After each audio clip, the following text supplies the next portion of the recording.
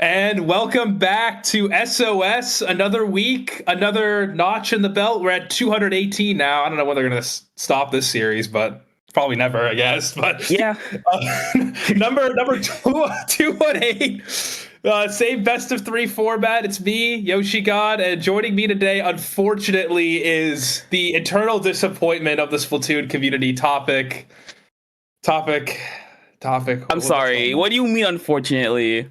I mean, it's just like I feel like when people see you, they just get sad. Okay. Anyway,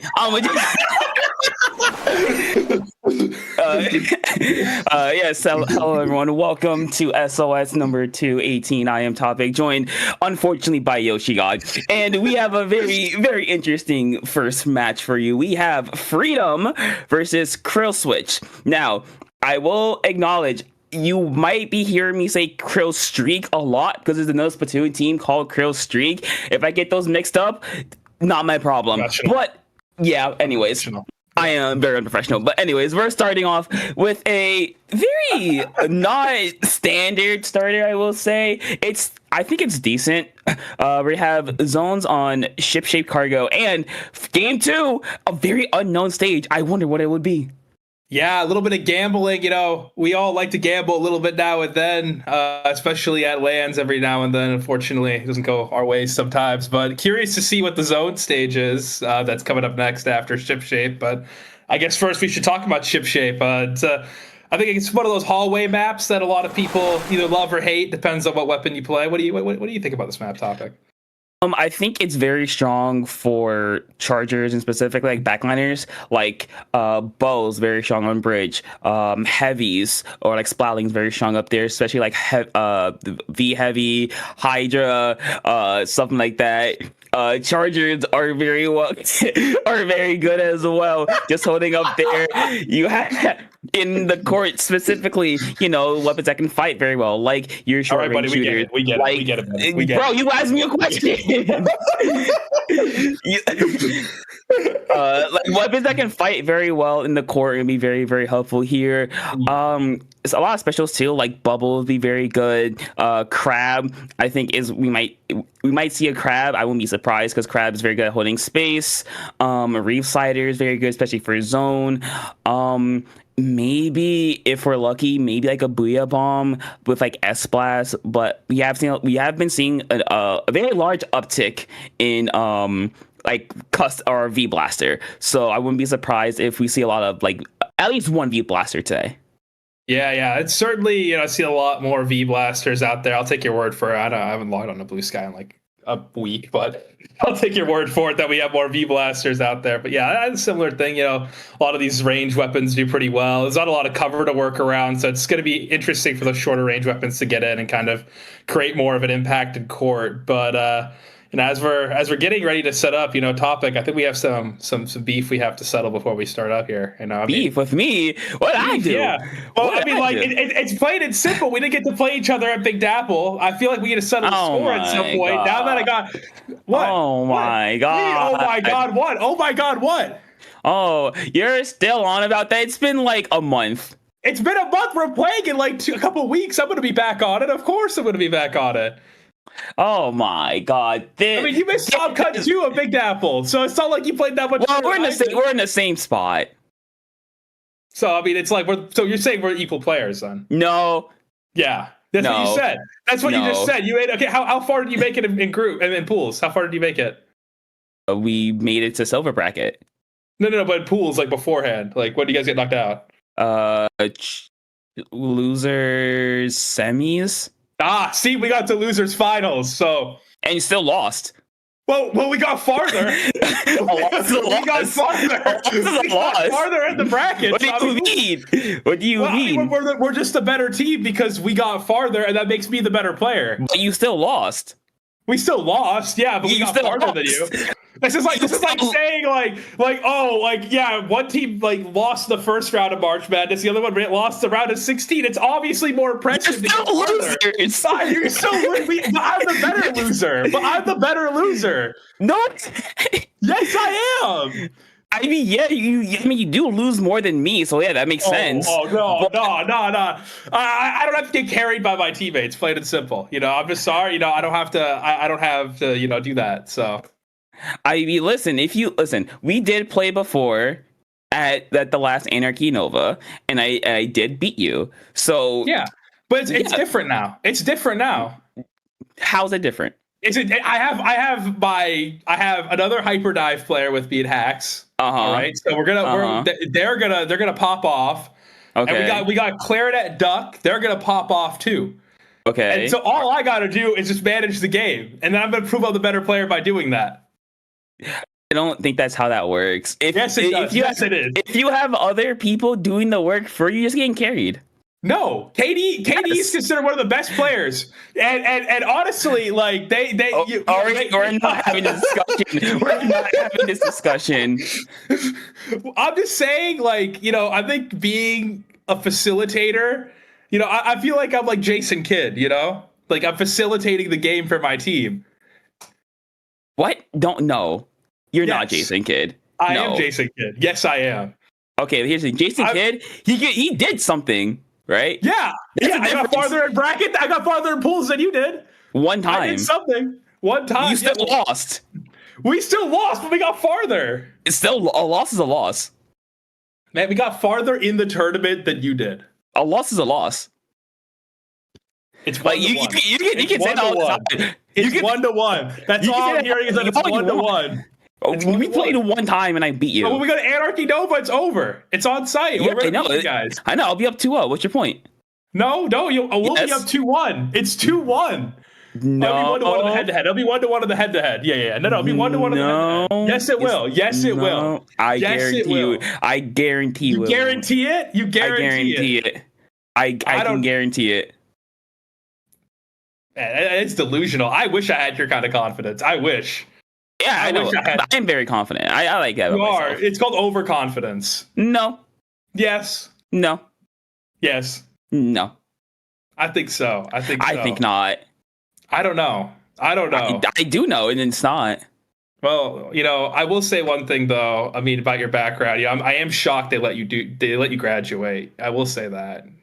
Class of 2023. Back there. I'm shocked they let you graduate. I'm shocked. It was pretty easy. High school is pretty easy to graduate. Oh my god, dude, I almost failed out of high school, man. You don't gotta be like that. That's a you problem. It's not a me problem. It's not a me problem. This is the system. This is the system, the educational system.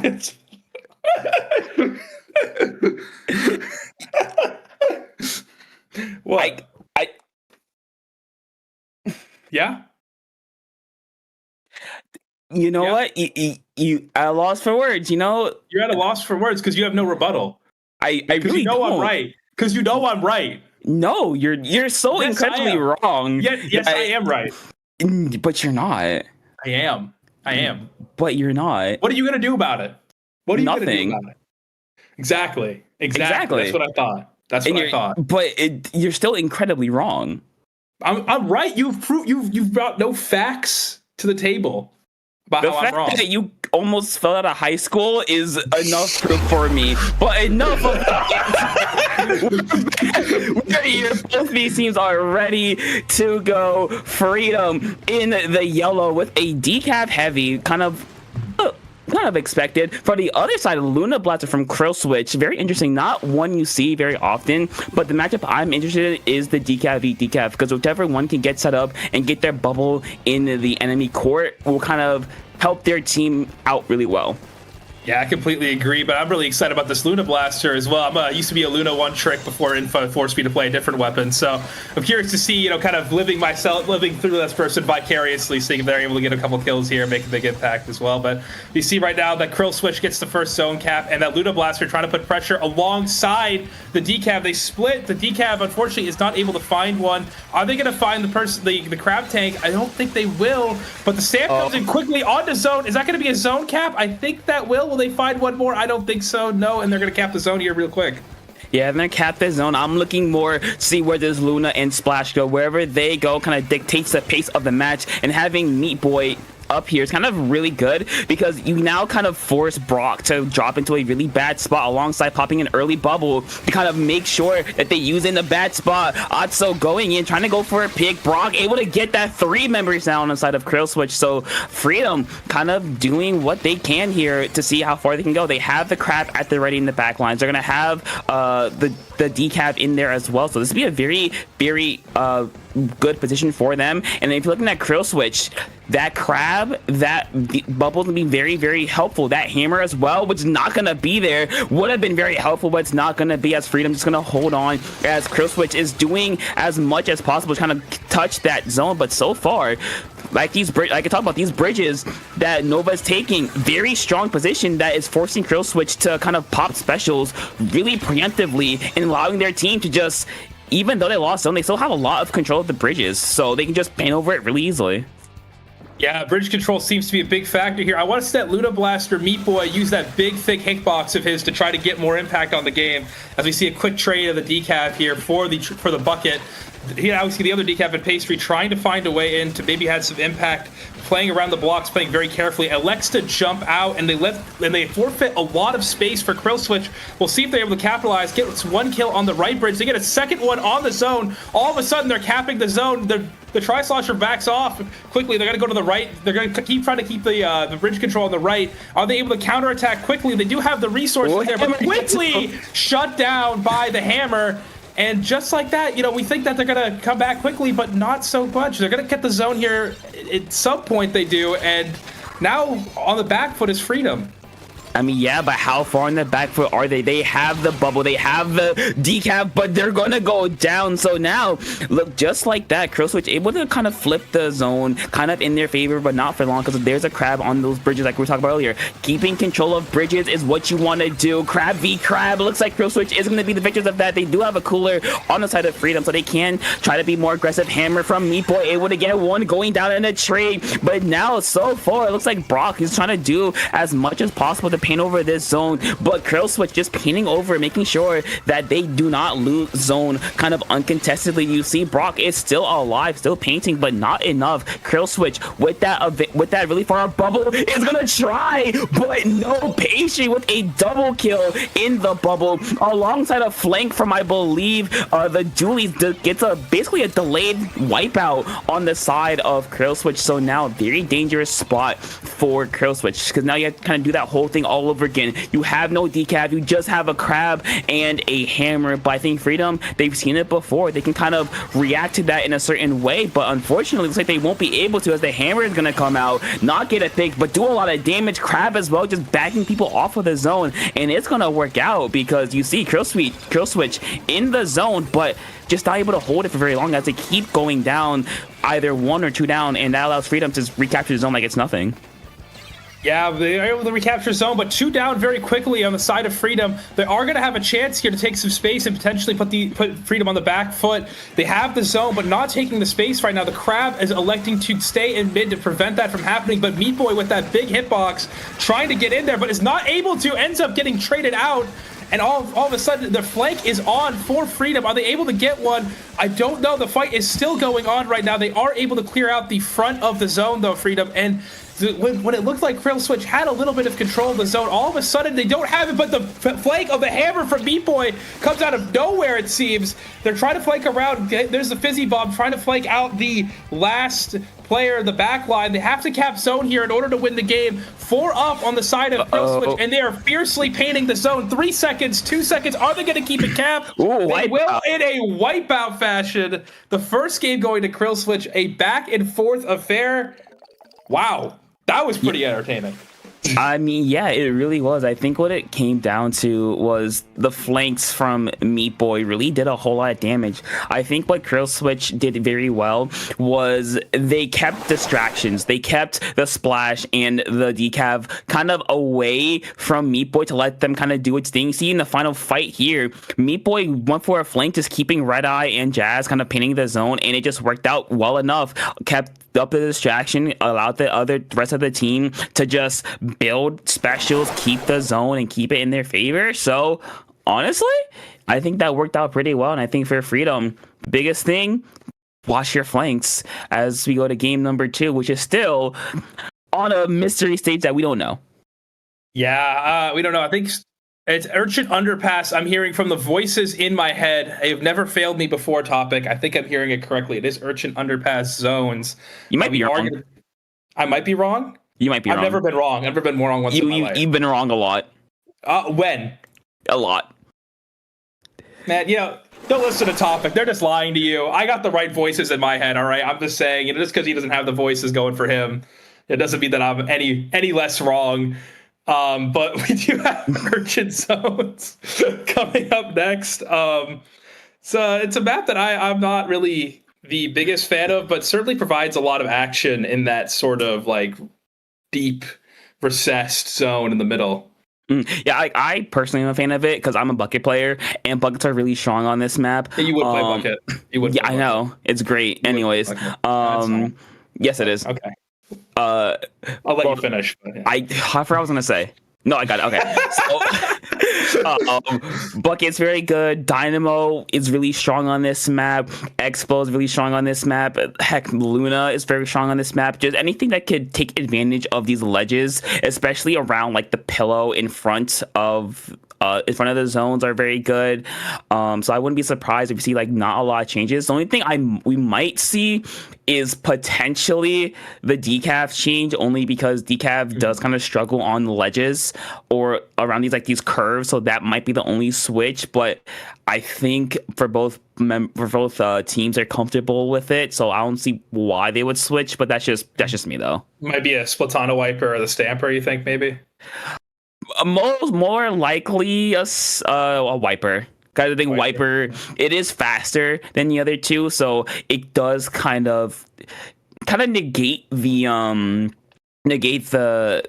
downsides of like the weapon classes disadvantages on this map. So I think in my mind, if they do switch, they probably go to a wiper. That makes sense. Yeah, I get that. I probably would also switch if I was in that case, but I don't know how to play any wipers or decavs or anything. It's too hard for me. It's too much thought process. You would know a lot about that, though. You play buckets, so I mean, I guess, I mean, it's more thinking than a shooter. I don't play shooters, so, Or a blaster. I don't play blasters. What do you play then? I play tens. I'm a 10-1 trick. I played tens against... Oh, wait, no, I played dowsers against you. I played dowsers exactly. I played tens. Yeah. You're saying dowsers requires no skill? Yeah. Guys, this is like lying. You're just lying at this point. I'm not lying though. Yes, you are. You are lying. I'm not. How am I lying? No way. How is bucket a harder weapon than dowsers? You gotta do geometry. But speaking of geometry, we are here with Urchin Underpass game number 2. Let's see if anything changes. Looks like no changes for the side of Freedom. For the side of Krill switch, like I was talking about, bringing out that Dynamo Meat Boy, switching over to actually a whole new comp. Not makes sense. Very mobile. Blaster makes sense. You can shoot around the elevation change really well.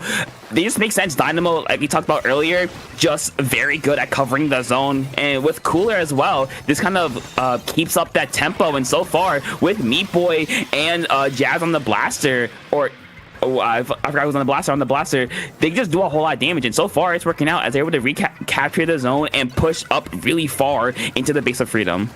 Yeah, but unfortunately, it's a little bit disconnected going up front. They're able to, the B-Boy's not going to be able to get a lot of value here. It's curious to see if Freedom's able to capitalize off that, but that splashdown seems to come in a little bit too late, and all of a sudden they're down 2.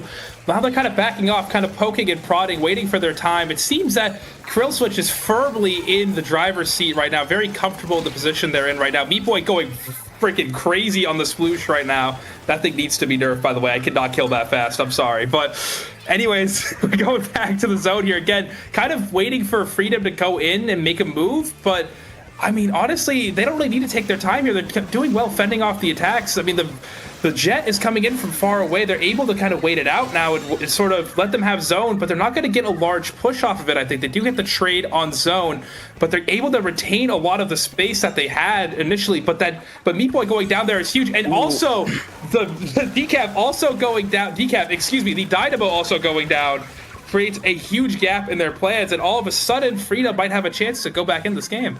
I mean, yeah, getting Red Eye down there is huge because Dynamo can kind of cover most of the zone by itself from that little ledge. So I think getting them down is very important. You see Krill Switch trying to clear out this little jungle gym area, making sure that they get Freedom out. You see Decaf going down 1-for-1 trade on either side. And you see Krill Switch slowly making their way forward, but this Jet has something to say about it with a nice kill by Nova, looking for even more, but just doing enough to keep Krill Switch at bay because they saw that if Krill Switch gets in, especially with the blaster, especially with the sploosh, then it's basically not over, but it is very, very close to being over. And you see right here, Krill Switch is able to at least recapture the zone, but get any further, I think Freedom has learned and they're not gonna let that happen. Yeah, Freedom is sort of realizing that they're giving a lot, the Krill Switch is giving a lot of space here, and they're kind of eating it up now. They're playing together, and they're occupying the space pretty efficiently here. I'm curious to see if Krill Switch is realizing this, and they're probably maybe playing a little bit more aggressive when they hold the zone, but they need to first worry about getting back to the zone, as the left side is completely shut out. The blaster is currently respawning now, trying to get back with their team. They're looking for a way to grind a special out potentially, or maybe find some space that Freedom is leaving, and they are able to find it near their ramps, but the dualies come in quickly. Gray gets one, and I think they get a second, and all of a sudden that play on ramps is no longer there. 27 seconds left on the timer for Freedom, and all of a sudden it's a race against the clock for Krill Switch to get back onto the zone. Meat Boy's finding one, but they need to clear the zone quickly. Are they able to? The flank from Jazz just gets there in time, and Meat Boy and Jazz quickly pick up the zone and potentially get this exit kill. They aren't able to, but are occupying more of the zone like I said they probably would. I mean, yeah, they're doing just that. I think the best play they can do is try to not play too passive. I think what happened last time is they played a bit too passive, and it kind of allowed Freedom to build the specials here. But you see Otso getting a nice double kill, a kill on the Inkjet. Very, very good, being a thorn in the side of Freedom. And now Krill Switch not that far from catching the zone. Two members going to go down. The splash down's going to be wasted here. It's just Brock close to the zone. They're going to go as well. That's going to be a lead. And that will do it with the kill onto Nova. It looks like Pastry cannot get there in time, and Krill Switch kind of, they did get punched in the mouth a little bit earlier, but they did a very great job of responding. They got a couple kills. They didn't play as passively as they did when they first held the zone for that long. So once they played a bit more aggressively with Meat Boy, with Asuto, they just kind of not ran the game, but they did really well. Basically, they just played it really well.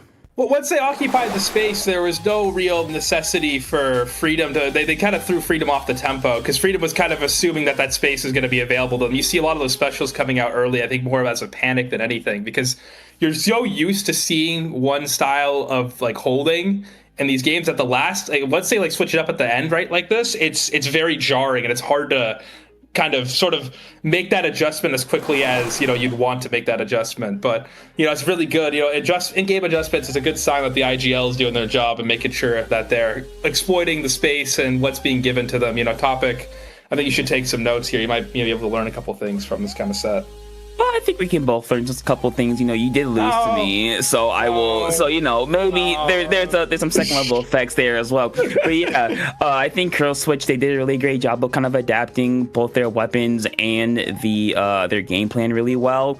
I think Dynamo, really good. Like I said earlier, Dynamo, really good. Blaster, really good. I like the pick of Not because Rain is really effective on this map, kind of low key, because it paints kind of the entire, don't quote me on this exactly, but I'm pretty sure it paints most of that little area right in front of the zone. I forgot to call out for it. Talking about Dynamo? No, I'm talking about Rain. Rain? Oh yeah, I think so. You know what the pillow is right before the zone. Yeah. That. No, I know what you're saying. Yeah, I think so. That complete area kind of gets painted. You can't go there, so you're kind of forced to either go the top right or take a risky flank left. So that kind of made it a lot easier for Krill Streak to push in or to make sure that Freedom couldn't really get anything going. And again, like I said, they stopped playing as passively, especially that second time around. They got a kill on the Inkjet. They got a kill on the decav. Wasn't a whole lot that Freedom could do after that. Yeah, exactly. I'm sure that capture button was being held down for a solid 3 seconds there to get that, and that's gonna be on Blue Sky later, probably that double kill that sealed the game for Krill Switch. But yeah, just like a really well played game from them. I really like the adjustment in the middle there to kind of just throw oh my god, excuse me, freedom off of their game and kind of be able to mix it up a little bit. So, the mix-ups and whatnot, something you could do at home, maybe mix up the game plan during the game, try new things, see if it works in the middle of the game. If not, it doesn't. Like with Topic, a lot of things don't work when you make adjustments, and sometimes maybe it's a skill issue, like with Topic, I don't know. You still lost to me. You keep saying this, but you did lose. Are you just gonna forget that? I mean, it was a while ago. I was on the edge of retirement. I mean, you got me at my lowest point. But are you retired now? I'm not retired now. No. And so if you're not retired, what's the point? That's what I'm saying. I'm not retired now, but back then I was. Back then I wasn't practicing at all. Back then was like a month ago. That wasn't a month ago. No, that was just lying. 2 months ago. Oh my god, we're just lying now. All right, listen. I'm not lying if it's true. Oh my god, you're just so mean and this is why, folks back at home, if you want to know what a toxic teammate is like, just listen to Topic here. All right, this is like a prime example. Let's go to colon 3 degrees here. I actually coached Riv here. If this is the pencil player, I think they are. I did used to coach them for a little bit when they were on what do you call it? You'll get it, don't worry. What the? Oh, okay. Oh, we got jokes now. You were stuttering. What was it? The pillow? Is it the pillow? Are you sure? Is it the pillow? Yeah. yeah. Okay, I coached Riv on What the Fuzz. But good backline there. They play pencil mostly. A big fan of theirs. Anyone you recognize here? Oh, and Gay Shark. I think Gay Shark. I know Gay Shark too. I know Squidoku. They're pretty sure they are a Splatling player, but more of the the aggressive Splatling, so not many. I think that's it from either team, so I'm excited to see what they bring to the table here.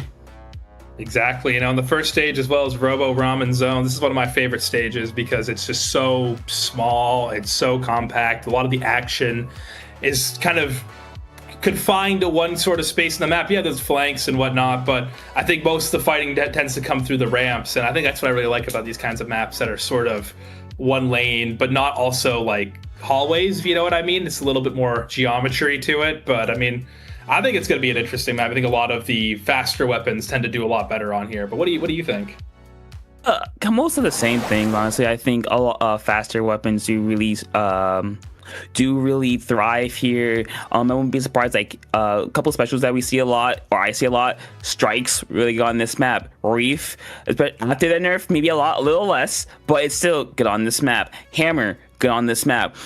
Chumps is surprisingly really strong here because they cover such a wide area that you can fight really well within the chumps that it just kind of works. And yeah, like you said, it's not as hallway-y as some of the others in this game. You do have options, you can decide to go on that left side drop if you really want to draw attention to yourself. But enough speculation. Let's get straight into this Octobrush from Degrees. I'm interested to see what they can do there. And from the other side, we see have a mini battle. Both teams bring out that V-Mini. Still very good weapon on this map, and Carbon Roller. If they pop off, I will not be surprised because this map is really good for, like I said, these short range weapons. Exactly. Yeah, I completely agree. And a lot of paint on both sides here. Really going to benefit the Carbon Roller on the side of Blue Flare. And the paint's really going to help the 52 move around too. But as we're seeing right now, Blue Flare electing to take a slower approach. Is it going to work out for them? I don't think it will. They got 2 down already, and all of a sudden they are confined to their plat. The quick Zuka comes out, but not able to get anything. Again, trading out. They're trying to find a way out, trying to find a positive trade here, but unable to. The Kraken now pressuring them off of their strongholds as Gorilla goes farther back, and the strikes come in, but it's not on the zone. They're still trying to take the ramp, and finally, Degrees has to forfeit it, but not without taking a massive starting lead.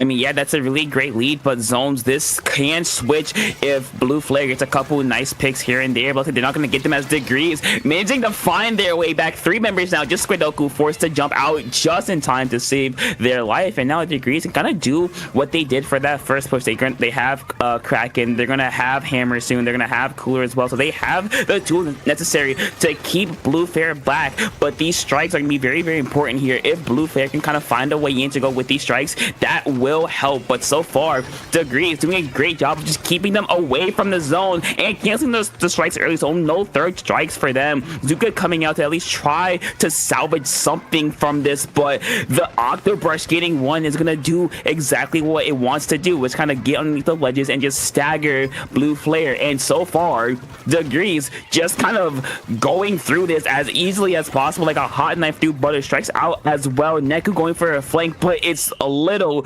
too late, and Degrees with a very, very quick, very dominant win over Blue Flare, where they only lost the zone one time. Yeah, very much in control. Didn't really kind of seem very comfortable in these positions, and very, very much playing together as a team. I mean, it was just a very good game played by Colon 3 here. I mean, it's just you play together like that, and the retake also not rushed at all, just making sure all the resources are getting out at the right time, and after that, just making sure the strikes got canceled early, making sure the Zuka wasn't in a good position. I mean, just those small things that really add up to a larger advantage, and that really is what kind of sealed the deal for them here. But hot knife through butter, that's a good phrase right there. We got some good commentator phrases coming up now. It's not new. It's an old phrase.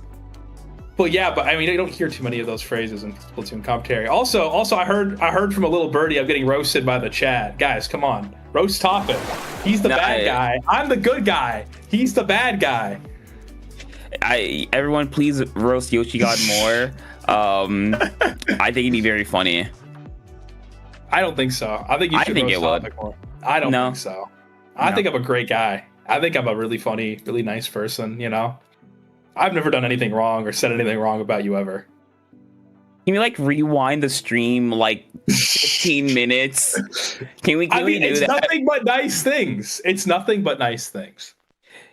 Can we fact check this guy, please?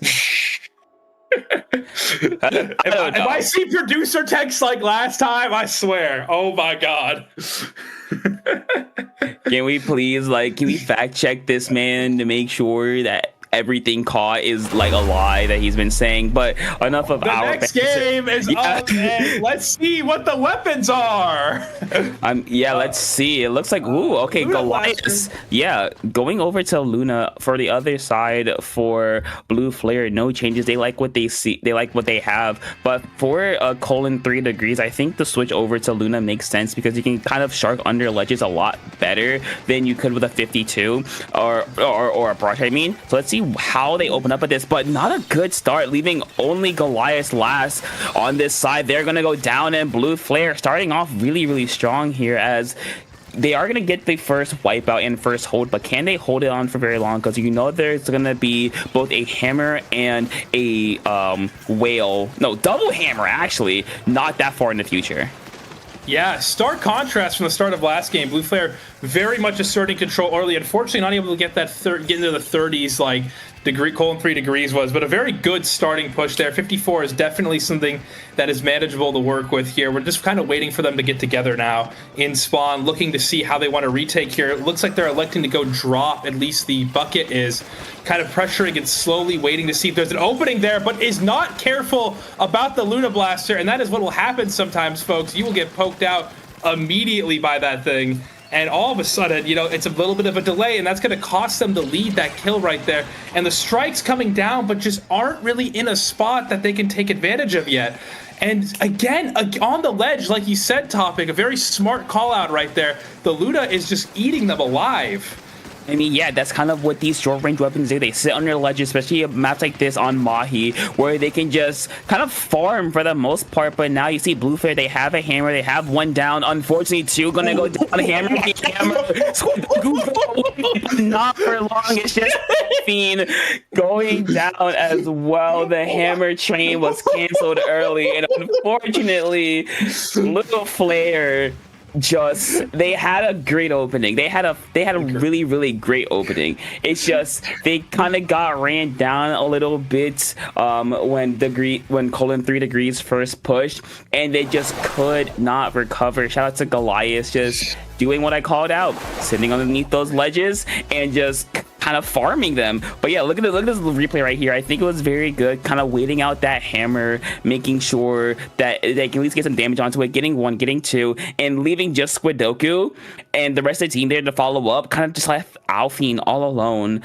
Unfortunately, Pencil cannot paint that good when it's back against the wall, so it's unfortunate there. Exactly. I want to get a live check-in with that Luna player as well at the comms. I'd be exploding after that, that's for sure. I'd be absolutely screaming into the mic there. That's a really good play from them, and just kind of, again, exploiting what the weapon's good at on those ledges. You saw the first kill was crucial, that kill onto the bucket that kind of prevents the strikes from coming down that you're used to seeing at the start of retakes.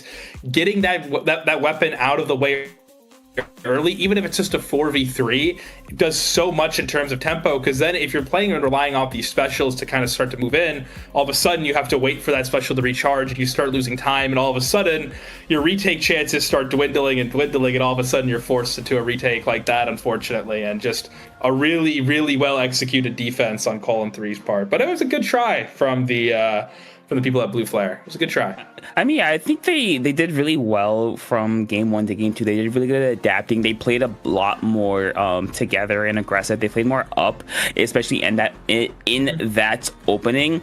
It's just when push came to shove and Blue Flare fought back, they kind of, how do I say it? They kind of got a bit too desperate too quickly, which allowed it allowed Goliath mainly to sit underneath the ledge and kind of get, I believe, Gay Shark out the way. It allowed the rest of the team to kind of also get set up underneath the ledges as well, which the 52 can take advantage of. Mini not so much, but the mini player played a bit farther back, which kind of allowed them to kind of clean up any kills, and of course Pencil just being Pencil. Yeah, exactly. It was a really well executed game by colon 3. You know, playing around those ledges. I know you like to play around those ledges with that no skill bucket of yours, but you know it is. All right. Listen. I don't listen. You play Dowsers. I don't want to hear it. Dowsers is a hard weapon. Are we gonna sit here and say it's a? Also, I play more Ted than I do Dowsers. That's a lie. I play way more Ted than I do. That's a lie. Are you kidding? Yes. Are you kidding? No. You can look at play. We can look at playtime. You know what? Let me see. Can I look at playtime on my phone? Let's see. How do I look at playtime on my phone? How do I don't know. How do you do it? Here, can you show me? Okay. I'm on the Splatoon 3. Uh-huh. How do I do this? Weapons? Oh, this is a new season though. How do I see all time? I'm not gonna tell you. You can figure it out. Weapon data highest wins. Yeah, 620 wins on Tent, and then the other one is 257. Oh wait, 257. It was that Clash Blaster? Do not look at 3. Okay. No.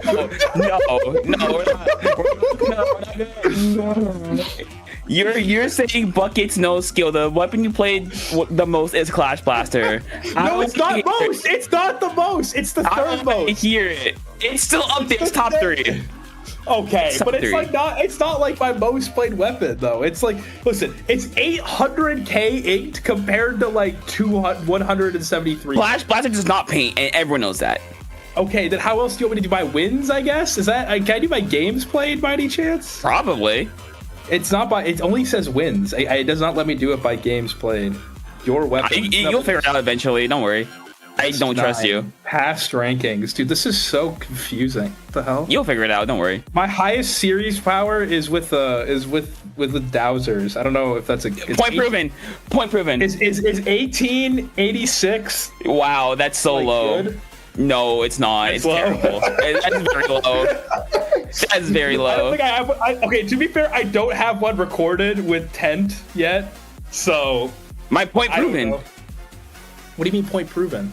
You don't play it then. You don't play that often. I do. I have 620 wins. The next weapon I have is also 10 257. But you have Clash Blaster up there as well. No skill. What's your point? It's okay. Clash Blaster takes a lot of skill. Right? No, it doesn't. Let me tell you what. Let me take you down this train. You're not gonna lie to me and the audience by saying Clash Blaster is skillful. No. So you gotta think about it this way, right? All right. If you're playing in a team setting, right, with Clash Blaster, you have to play around the damage pairing. All right. It limits the options that your team has in order to play weapons around you. So if you're not playing for a comp that plays around Clash Blaster, which you're probably not going to, you're playing a 2-shot kill weapon that is like a really slow kill time. So you have to work around the chip and try to find ways to get the chip either on a direct or a double. AoE, you're telling me that the weapon with the AoE of the size of a suction bomb is no skill. Yes, it has short range, but you're telling me it has no kill time. You look at somebody and die. It doesn't. But here's the thing.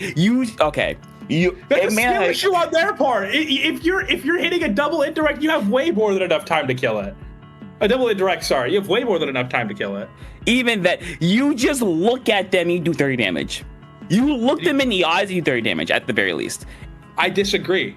I disagree. No, you're wrong. You're wrong. Unequivocally, I disagree. Unequivocally, you're wrong. How am I wrong? You are wrong. I think that if you are to play Clash Blaster, you have to bring a certain mentality that not every player has. Yeah, I have to dumb myself down to play Clash Blaster. What's your point? Yes, I do. No, I have my game in its whole W and hope for the best. This is the same person who said Katie isn't a legendary basketball player. Are we really going to get our takes from this person? I'm just saying. All right. I'm just saying this isn't a reliable source of information is what I'm saying. He's not legendary. But anyway, Clash Blaster is no skill.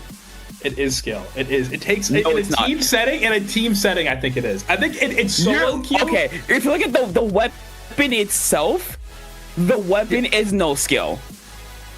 But how so? You have no kill time. You have to look around. What if you look at somebody, you do at the very minimum 30 damage. Yes. Yeah. Anyone.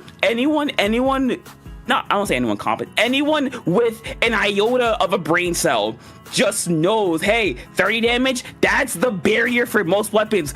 Bucket, 70, any shooter. Hell, 52, you can kill it instantly. Pro. No, 52, you can't kill it instantly. It's 52 damage. It's a 2-shot still.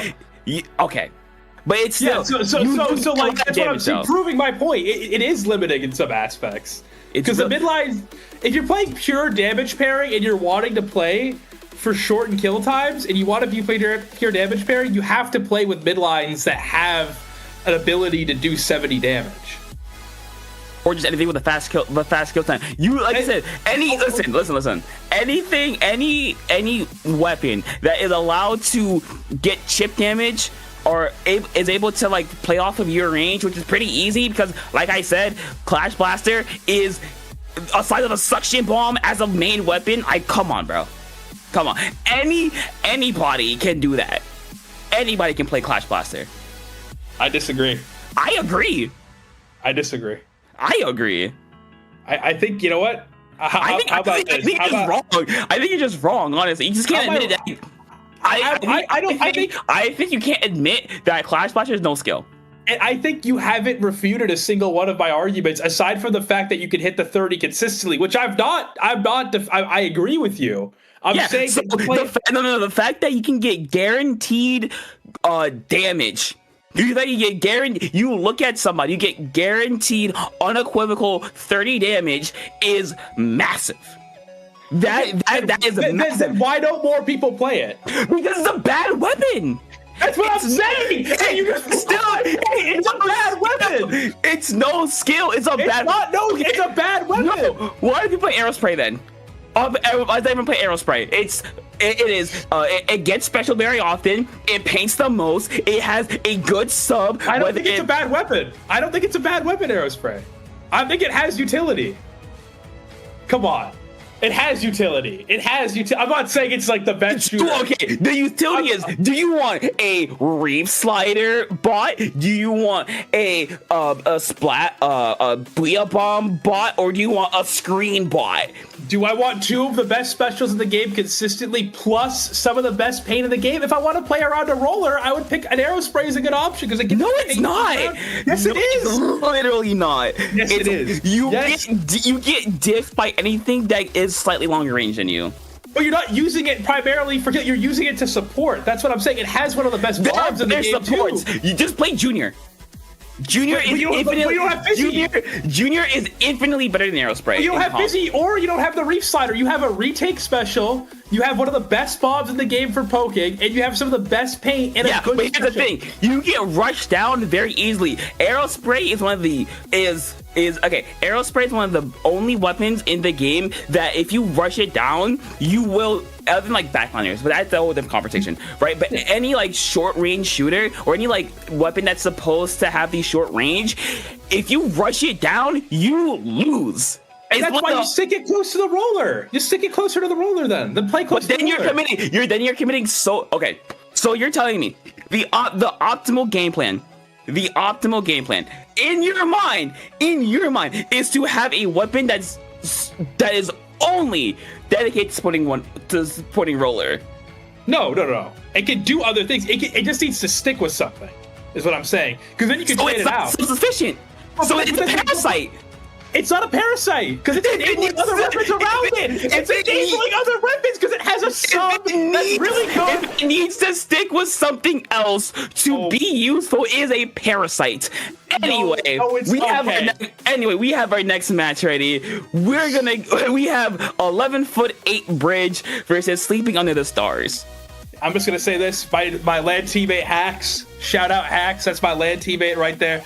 Watch. This is the person who's gonna cook you. This is the person who's going to take your ankles.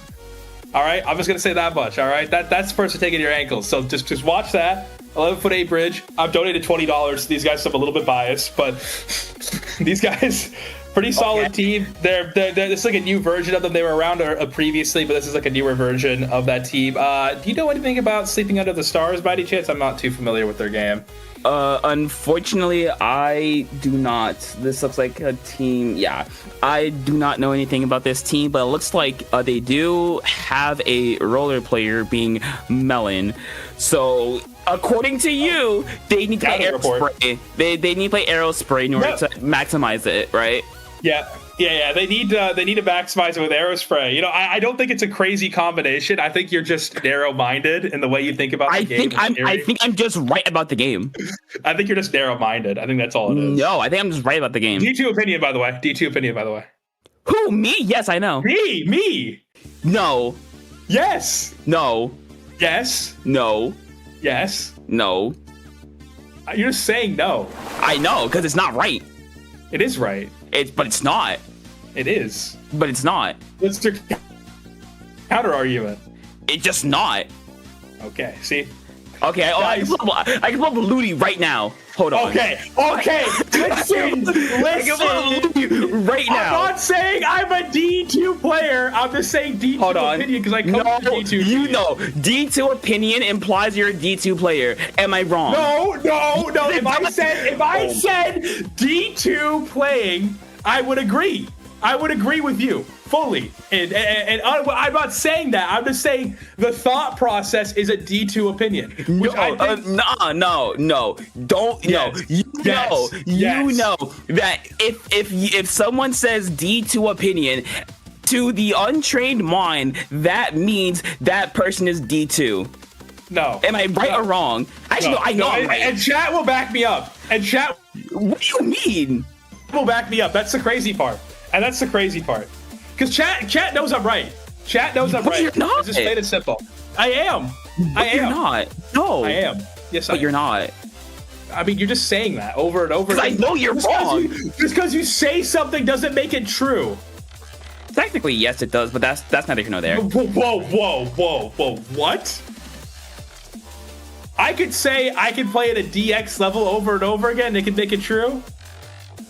No, not for you. For everyone else, yeah. Oh, just for you. Just for you. Just for you. Just for you. Yeah. Yeah, that makes sense. I know. Yeah, it really does. It really does. I really think that, you thought that one through. I did. Trust me. You did. Mm-hmm. I see your monitor changing colors there. Are you not focused on our broadcast here topic? No, I am. I'll at Pop Gun. I'll get you fired. I don't work here. You don't work here. Oh my god. You don't work here. You're Anyways, here. You're here. Yeah, I know. I'm an independent contractor. What's your point? You're an independent contractor. Oh, don't. No. By that logic, I am too. Yes, you are. You can leave anytime you want. No. Yes. That's not what they told me. Okay, well, I'm just built different then. I mean, they told me I had to stay here. Okay, that's on you. You're the bad negotiator. How's that on me? How's that on bad negotiator? I wasn't given a negotiation. You're a bad negotiator. What's your point? What do you mean? I wasn't given an opportunity to negotiate. Yeah, because you're a bad negotiator. What's your point? I don't think there's any point. I'm just saying I was given an opportunity. Therefore, I couldn't present my ability to negotiate. Well, I see. If you were able to negotiate, then you will be able to present your point. I was. I'm an independent contractor. You're not. They didn't give me an opportunity to negotiate anything. That's it was just you problem. Are you getting paid? Yes. I'm not getting paid. Okay. You can't negotiate what you're paying. How much are they paying you, Topic? Money. They just said it. Popkin was like, "We'll pay you an exposure." He didn't say that. I can't say that. I didn't say that. By the way, he did not say that. Let's stop the brakes, actually. But like, dude, oh my god. What's the map? What map? It is. Well, speaking of the map, it is unfortunately my hot take. What do you mean? Unfortunately, this is like okay. This is rage bait. Don't listen to him. No. Okay. In my opinion, this map mode, Zones Hagglefish, is the vanilla ice cream of Splatoon 3. It is the blandest map. It is inoffensive. It is the church's chicken, not churches. It is the Raising Cane's chicken of the Splatoon 3 community, of the Splatoon 3 map list. It is so. Like, first off, it's a hallway. It's a hallway, number one. Am I wrong? Is it not a hallway? It's not a hallway. Okay, listen, if you just at some point, every map is a hallway, but it has geometry around it to make it interesting. It's not a hallway. A hallway's a hallway. Okay. It's not. You know Walleye Warehouse? Yeah, I love that map. It's a hallway. And it has interesting geometry. It's still a hallway. Dynamic. It's still a hallway. It's a straight line. I bet you liked anchovy games. You probably liked anchovy. Yes, I love anchovy games. Oh my god! No! Oh, I love. How can you like anchovy games? Like, how Easy. It's a good map. It's not a good map. It's bad design. No, it's not. So is Hagglefish. What's your point? Hagglefish. Okay, this map is so well designed because you have like it's a straight line. It's animal. You have 4 different ways to retake. You can retake through the right side. You can retake through court. You can retake on just going. You can cut across court and go straight to ramps. Or you can play all the way to the left. You all go straight. Everything goes straight. It's a straight line. At some point, you have to go straight. It's a straight line. There's no alternative routes. Mahi's the same way. At some point, you're going straight. Yeah, it's like, at least with Mahi, there are sides to it. You can go side to side. But this way, everything is just one. Everything's in front of you. It's straight. You're lying. I'm not. You're lying. It's a straight line. It's a straight line. Oh my god. Okay, let's get into the game. Jesus Christ. Okay. Thank God the game is starting. Okay, what do we? I know one of these guys is playing. Hax is playing Octobrush. That's all I know. Yeah, but we'll see. No, we won't. Okay, you know what? I can get back into this deal, though. Actually, though, like unequivocally bad take. You know, actually, no. Let's go to the next map. Museum de Alfonsino. What do you think of that map? What I think of the map? Yeah, on zones. I'm just curious. Let's get at least like an understanding of what you think is a good map. I think it's pretty good, honestly. Oh my lord. It's a pretty good map. Me personally, I prefer on Clan Blitz. I think Clan Blitz is its best map. Bro, How do you like it? How do you like it? How? Explain to me how that map is fun to you on zones. It's pretty good. I say I like it in general. Well, I'm a Splatoon 1 vet. I played Splatoon 1. I think it was pretty good. Nostalgic reasons number one. I played it in 1 too. I don't know. I just like it. It's a good map. I think it's very open. There is some sort of cover. The ledges kind of favor different weapons, especially like, you know what it is. Hold on. Mahi Mahi has favorable ledges too. So does this map. This map also has very favorable. You just like maps that have favorable ledges for your weapon. Yeah, I know. What's your point? So does everybody. You just don't respect the game. I do. No, you don't. The game. I'll play Hagglefish. Will I like it? No. Will I play it? Yes. Hagglefish? Oh, because it's a good map and because it doesn't cater to your weapon. It's not a good map. Well, it is. No, okay. It's a good map, I will admit, but to me, it's very bland. It's just like it's such like a horrendous take. You know it's what I mean? Not though. It is. It's not. You're just like saying. I'm right. This is like engagement. This is engagement bait. That's all this is. How? It's just like engagement bait. This is engagement How? bait. I'm gonna see this on like Blue Sky later. It's just engagement bait. And this has to be because there's no way you think It's it's a balanced map that favors both, and most weapons can play decently on. How is this map bad? No, I didn't say it was bad. Well, no, I don't think it's a bad map per se. I don't think it's a bad map per se, but I think it's a very bland map. There's a difference. Bad and bland. I think it's very bland. A map that lets the majority of classes have a good time on that map is bland? To me, yes. No, I say that because one, there's very little like structure. It's a straight line. Number one, it is a straight line. You can't lie. You can confuse all you want. I'm right. It's a straight line. Number two, it feels like, or most of the time, backliners like pencils, like we see very often, like heavies, like we're gonna see more often, are gonna kind of thrive on this map, and that kind of, makes it a bit less fun for everyone else. But enough of the rambling. We're getting straight into the game. It's like 11'8" bridge, bringing out tents plus wellstring. Kind of interesting there. And on the other side, V squelchers. Not what you see very often, but no, I'm here for it. Yeah, it's not something you see too often. I personally was more of a Dowsers fan, but this is a lot more versatility in terms of the positions it can play in. So watch out for those tricky angles that it can get in, as 11'8" bridge starts off very quickly with the tent shield, putting so much pressure onto ramps now, and is allowing them to isolate that fight with the aforementioned dualies, but they are still alive and they are keeping their life. This is the thing about these dualies, excuse me. They have the ability to stay alive for a very long time and distract, but unfortunately are not able to capitalize on it, is sleeping under the stars, and all of a sudden 11'8" bridge is in court and they are in the driver's seat right now, but one down.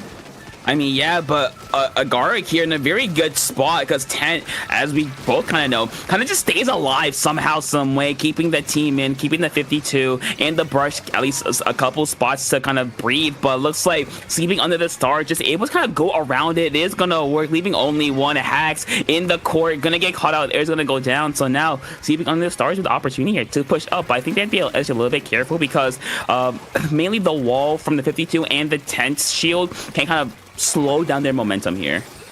Yeah, it definitely can. So just be careful about taking space, but you can't give them too much space as 11'8" bridge is eating up that space quite fast.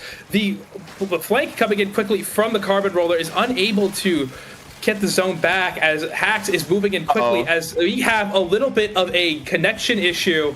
And we have one DC. Unfortunately, this game will keep going on due to the score issue. So 11'8" bridge up a man now, and they're slowly going to probably be eating this lead alive, and I think this is going to be game. I mean, yeah, you have 10 set up here. You're gonna have 52 and brush up as well. So that's gonna be kind of all she wrote. Autumn gonna try to drop, at least fight a little bit for the ramp here. Is able to get one, but not a whole lot else, as they're just trying to rush this zone here. You see them, but unfortunately, the 52 is gonna be there, is gonna take them out. Celebratory Trizuka as well, and that will do it. 11'8" bridge will take the game. But even before that DC, it did feel like 11'8" bridge. They got a very good, what you call it, they got a very good lead. They got a really good lead. They were pushed back a bit, but they're able to fight back into mid and into the court very well. It's just unfortunate that the DC happened. So that's just unfortunate timing. Yeah, it is. Well, I mean, it is what it is. 11'8" bridge, pretty solid team altogether, and they also had a really good push going in there, so it definitely was in the driver's seat there. Just, you would like to see the other team respond, obviously sleeping under the stars. It is unfortunate, but that's what I'd like to see from the Chaos Cast winners of the Lantern bracket that we broadcasted a while ago. So excited to see what they're able to do on Museum DL Fonsina, which is the next map that is coming up. Unfortunately, Topic likes this map somehow. I don't know how. Yeah, I do. Because it's a bad map. It's not well designed. It's a good map. Because you can't pressure plat at all unless you go on a spinner that's based off of RNG, but that's a good map, according to it's a good map. Yeah, it's a good map. Yeah. Listen, I understand. You don't understand. I understand that it's a bit too high level for you to understand. It's too high level. It's too high level. Yeah. No, I see how it is. Topic. It's too high level. Yeah, it is. It's a great map. I like it. Yeah. Sure, man. Sure. I mean, I don't know. I think I understand it pretty well. Topic. I don't know. We'll see. But overall, I think the map... You couldn't survive D9. You couldn't survive D9 like I could. I'd sweep. No, you couldn't. I'd sweep. Wouldn't. No, you wouldn't. I would. No, you wouldn't. I would. Not on our team, you wouldn't. Yes, I would. You're saying you can play quad 10 and sweep? Yes. I would. You know what? Are you playing Looney this season? Yes. Oh, fuck. I was going to say transfer request to our team, and I'd love to see you try, but... I could. I would. I could and would. You could and would? We would go 25-0. If you were on our team? Yes. I doubt it. Yeah, I don't think you even play tent? I could. No, you couldn't. I could. I've seen like 7 people say they could pick it up, and then they try to pick it up, and it doesn't work out. I played Splatbrella. I played Recycled Brella. I could pick up tent. It's different. I can still pick it up. It's different. So is every. It's gonna take like a couple months, but you can give me like a week. No. Yeah. No. Yeah. I don't think you pick it up in a week. I don't think you pick it up in a week. Give me a week. A week of only 10. I could be better than you. I don't think so. I think I could. Better than me? Yes. I think it's not a high bar to cross. Okay. I think in terms, I was gonna be nice. I was gonna say in terms of aim, I think you have me out 100%. But I don't think you'd ever have the game sets I do. I don't think so. I do. Yeah. No, you don't. Yes. You don't. Yeah. No, you don't. Yeah, I do. Mm-hmm. Mm-hmm. You play bucket. What's your point? It's a different. It's like completely different positions. I can pick up tent. No. Yes. No, you're just lying to the audience to make. I would never. I don't lie. I've not lied once. You lie. I never lied. You've never lied. You've never lied. You're saying on the entirety of this broadcast, you've not lied once. Yes. On the record. Can I get that on the record? Can producer, on the record. Get that? Producer, can we get that on the record? Producer, can we get it on the record? Producer, please. Producer, can we get it on the record? It is on the record. It's being streamed and recorded. What's your point? I'm not gonna get on the record. Apparently, I don't think we're gonna get on the record. The game's starting. All right, let's see if there's any comp changes. I don't think there'll be too many. As we see the bow is switched out for the new bow that has the jet and the dart, and we see Autumn switch to the new sword that has that auto bomb and booyah bomb. So interesting to see, and also a shield as well coming out on the side of Sleeping Under the Stars. Certainly a lot more aggressive from them. More of the same from 11'8" bridge, just kind of a different way of doing it. I mean, yeah, I'm looking at Sleeping Under the Stars. They did bring out their own umbrella with the Sorella umbrella with that inkjet. I think that's going to be very, very helpful here, especially going over the top of the the shield of the tent. We're gonna see his dislikes is gonna go in. Look for hacks. Hacks gonna go down. Agaric able to at least keep himself alive for a bit longer, but not for too long, as they're gonna go down as well. It's giving Sleeping Under the Stars an opportunity here with the man advantage to push up to get something going here. Autumn going in, force the pop up Booyah Bomb to keep themselves alive. Able to get a nice 180 onto Renzo, looking for even more. Onto Tester as well. Keep going. Third. Keep going. In the shield, just waiting, looking to stall as long as possible. Get one with Bazooka, and they're still there. They are still in the backlines. Dig slice will go down to Renzo, and the stalling power of the tent did just enough to give 11'8" Bridge the time to respawn and to get back into mid. And you see right here, Agaric with that tent just putting up a lot of pressure on the plat of Sleeping Under the Stars, and so far it's been working, because look how yellow that plat is for 11'8" Bridge, and Renzo's still there. Oh, whoa! One more! Uh-oh. One time! One more! Back out. For the 3 times! Come on! Where is that? Unfortunate DC, but it is far too late for any replays, and it looks like Renzo's gonna pop off a little bit more, getting a wipeout alongside the kill. There we go. The Jets. No one's gonna be in sight. The only way they could possibly get in is a drop on the left hand side. Let's take Autumn is gonna try to drop and get to the zone, but they're gonna be caught out. They're gonna go down, and 11'8" Bridge is able to win the game after a very unfortunate DC. But even before that DC, it felt like once Agaric got on the plat, it was kind of GG's from there. Yeah, and certainly after Renzo was going to get that triple kill there, unfortunately, just the DC kind of preventing it. But it was pretty. I think it was pretty sealed at that point. I do want to say I am a platinum sponsor of 11'8" Bridge, but I had nothing to do with the connection issues. I want to clear my name right here, right now. No, I had nothing to do with the connection issues. I don't know. Check his computer. He might be DDoSing.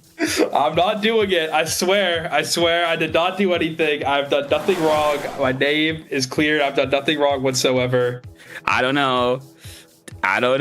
You might be lying. I didn't do it. I didn't do it. Are you sure? Has never lied again? Jeff hates me. This is crazy. I have never lied once on this stream. I've spit nothing but straight facts like a machine. If nobody got me, our producer got me. Our producer never lied on the producer is lying to you. The producer is lying to you. The producer would never lie. Our producer has never told us. He's a bad man. He's a bad man. He's a great man. As a bad person. They lied about the beef hot dogs last time I was on, and now they're lying about the truth.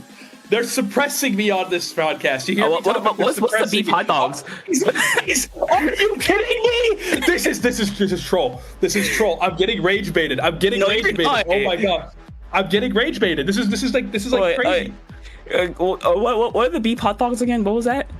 The beef. I said that more hot dogs are made out of beef than pork, because I think it's pork. I don't think so. I just don't think so. I think more people want beef hot dogs than they do pork. No, it's pork. I'm gonna Google. Everyone knows this hot dogs are made of pork. You can't trust AI though. You know AI lies. What kind of hot dog meat is used most in hot dogs? Okay, it's like I hate Gemini so much, man. Jesus. Yeah, using AI, it lies. So it's because there's no study. There's no study. Pork. It's literally pork. How are you gonna sit here and lie to that people? We'll use Quora. It's a great question. That cannot be answered all at once. No, it's Glenn Anderson, strongly opinionated culinary professional from 2008. It's definitely not AI. All right. You never know. There's no M dashes in this. AI's gotten better at not using M dashes. What's your point? Oh my God! When is this post from? This is from 3 years ago. Yeah. When did mainstream AI come out? 2022. 4 years ago. What's your point? Man, okay, I can't trust Quora. Maybe. Okay. I don't know. They could be lying. 4 years ago. Actually, here's one by 2020. Oh, hold on. What the? None of these people are answering the question. None of these people are answering. Yeah, because everyone knows it's pork. Like it's a common knowledge. It's common knowledge. Go to the. Okay, we're going to the most trusted mods, name. Can we get a poll going? Just to gauge the audience, see whether it's hot dogs made out of beef or pork, please, and you'll see that it's mostly pork. Everyone knows it's pork. It's not pork. It's not pork. I swear to God, I put that. I'm not gonna put that on a lot of things, but it is pork. It is pork. Thank you. It is pork. You said. No, it's not pork. It's beef. Sorry. You said it was pork. You said it was pork. Beef. I misspoke. Hold on. Let me grab my charger real quick. Hold on. I'll be right back. You said it was pork. But it's not. It's not, and you're lying. It quite literally is. The great people of SOS you are lying to right now. I would never. First off, I don't lie. That's been proven by the producer. I have my headphones on, so keep talking. But like, I never lie. That's been proven by the producer. You are a known liar. You've lied before on this stream to the great people of the SOS stream. I have never lied once on this stream. I have told nothing but the truth. No, that's wrong, and you know this. But everyone knows that most hot dogs are made out of pork. Yes, while beef may be beef is an option.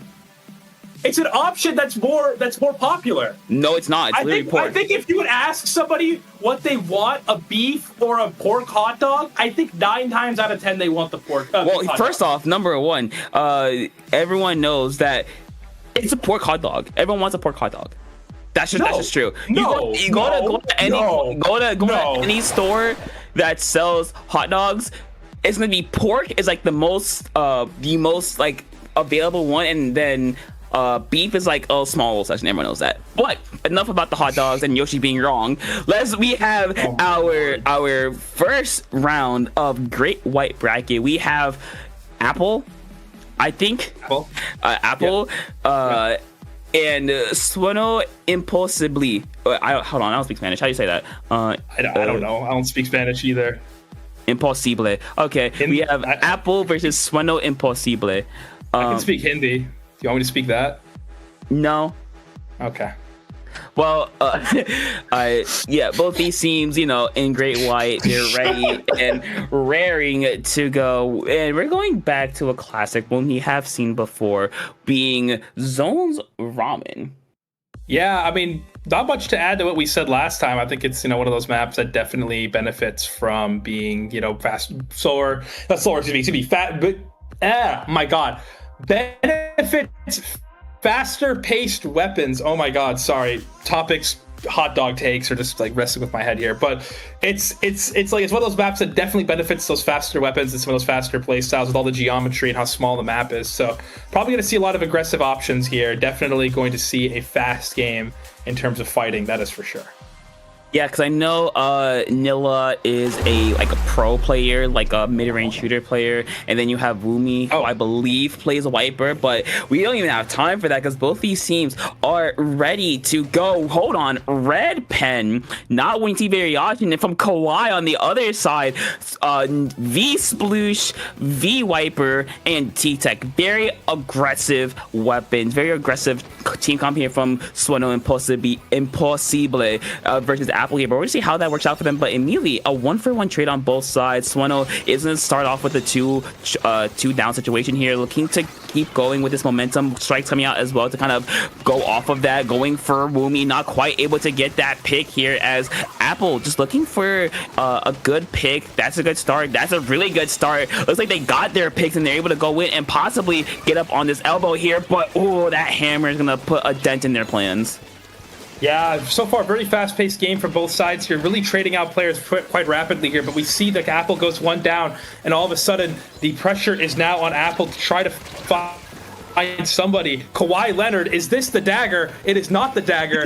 Immediately gets shut down on the flank, and all of a sudden, it is no longer a positive position for Impossibly, as they still have zone, actually. Hold on, excuse me. The hammer comes down, potentially trying to find somebody, unable to do so, and still poking around for another kill. One down, Kawhi Leonard once again down, probably with another Achilles injury. As we see another trade going down, they got the hammer early, but again traded out very quickly. It just doesn't seem like it possibly could get kind of going right now.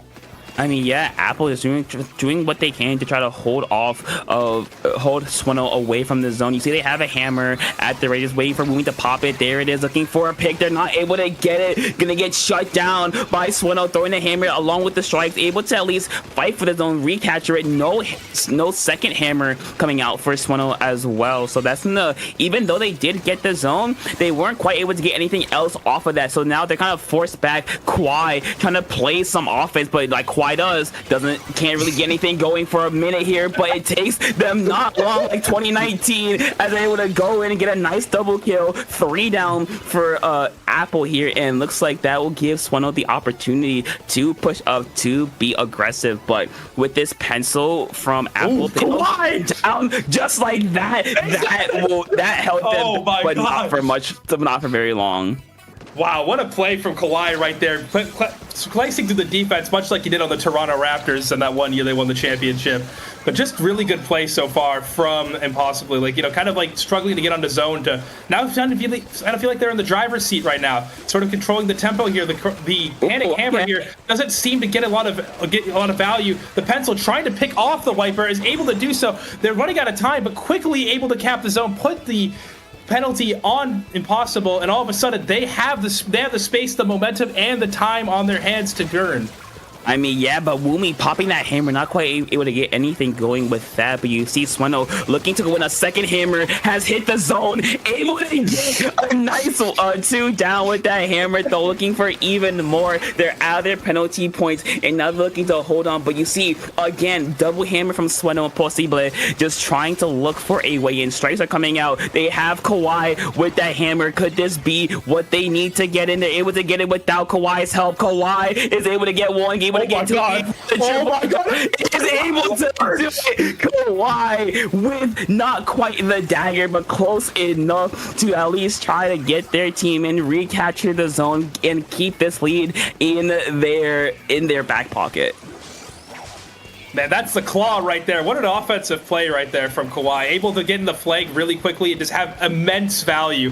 Completely shifting the tide. Unfortunately, he's not able to replicate it right there as they try to get him out, a trade out of it with the hammer. And they're able to do so with, I believe that is a bomb that they got him with. But the red-pilled pencil is not able to be in the position they want to. The time is running out. They need to start going right now. Apple gets a double kill. Oh, they're fighting 3. They're unable to fight 3, but they still have the zone. Kawhi Leonard is doing something over there. And oh my God. Just when we thought potentially another comeback with the hammer, they quickly shut it down, and the pencil cut it down, and they kept the zone, and they survived.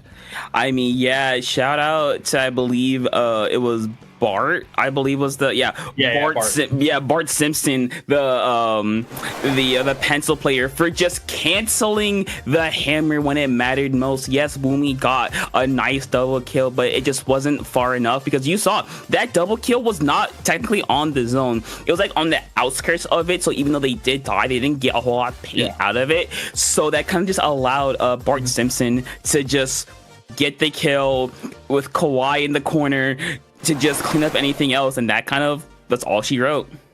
Yeah, Kawhi playing an unfamiliar position as they have on other teams. They're sitting in the corner, but they're getting a lot of value out of it. Just look at this is crazy. They got 2 on the zone. I'm surprised they weren't able to pick it up. Yeah, it was on the corner of the zone. Like it was. Yeah, I get you. Yeah, it was on the corner. So even though they did get a double kill, not say it didn't matter, but it really didn't it wasn't at a critical mass to where it could flip the zone. Yeah, that's fair. Yeah, it got to contest, but it wasn't going to flip it. No, I get you. Yeah, that makes sense. Oh my God, what a crazy first game. I didn't think Kawhi Leonard. I didn't know we had the production to bring him over. I mean, I didn't think so either. I didn't think we get 2019 Kawhi back. Dude, I know, right? I mean, he's on. This is surprising. He's on basketball purgatory right now at the Clippers, but we're going straight into it. They don't want any breaks. They're ready to keep going and playing here. Any big weapon changes? I think it's more of the same from both sides. The Neo Splash is a different one on Minty, is the big difference here. The red pill pencil from Sue is still the pencil of choice here, electing to go with the Zap as the primary source of their coolers, as the first initial play from the Impossible goes in their favor as they're trying to take zone early on here. Why? Oh my god, Kawhi with the full court press just worked out really well in their favor, just rushing it down from Apple, able to get their team in, able to facilitate this offense much like a point guard would, one would say. And look how much that momentum really didn't matter, because Sueño is in a really good spot here. They have to be a little bit careful because that hammer is gonna come out from Fat, looking to try to get something here. They able to get a trade out of it, but that is still helpful for Sueño, as they still gonna have the zone. Another hammer from Mouldy is able to get the backliner out and paint the zone. So even though that was a really great start from Sueño, now Apple has to try to kind of combat that, because you see they have a sploosh and they have the strikes from the splash. Those two weapons can paint a whole lot to be worried about. And oh god, never mind, no strikes there. Double kill with the hammer from Fat.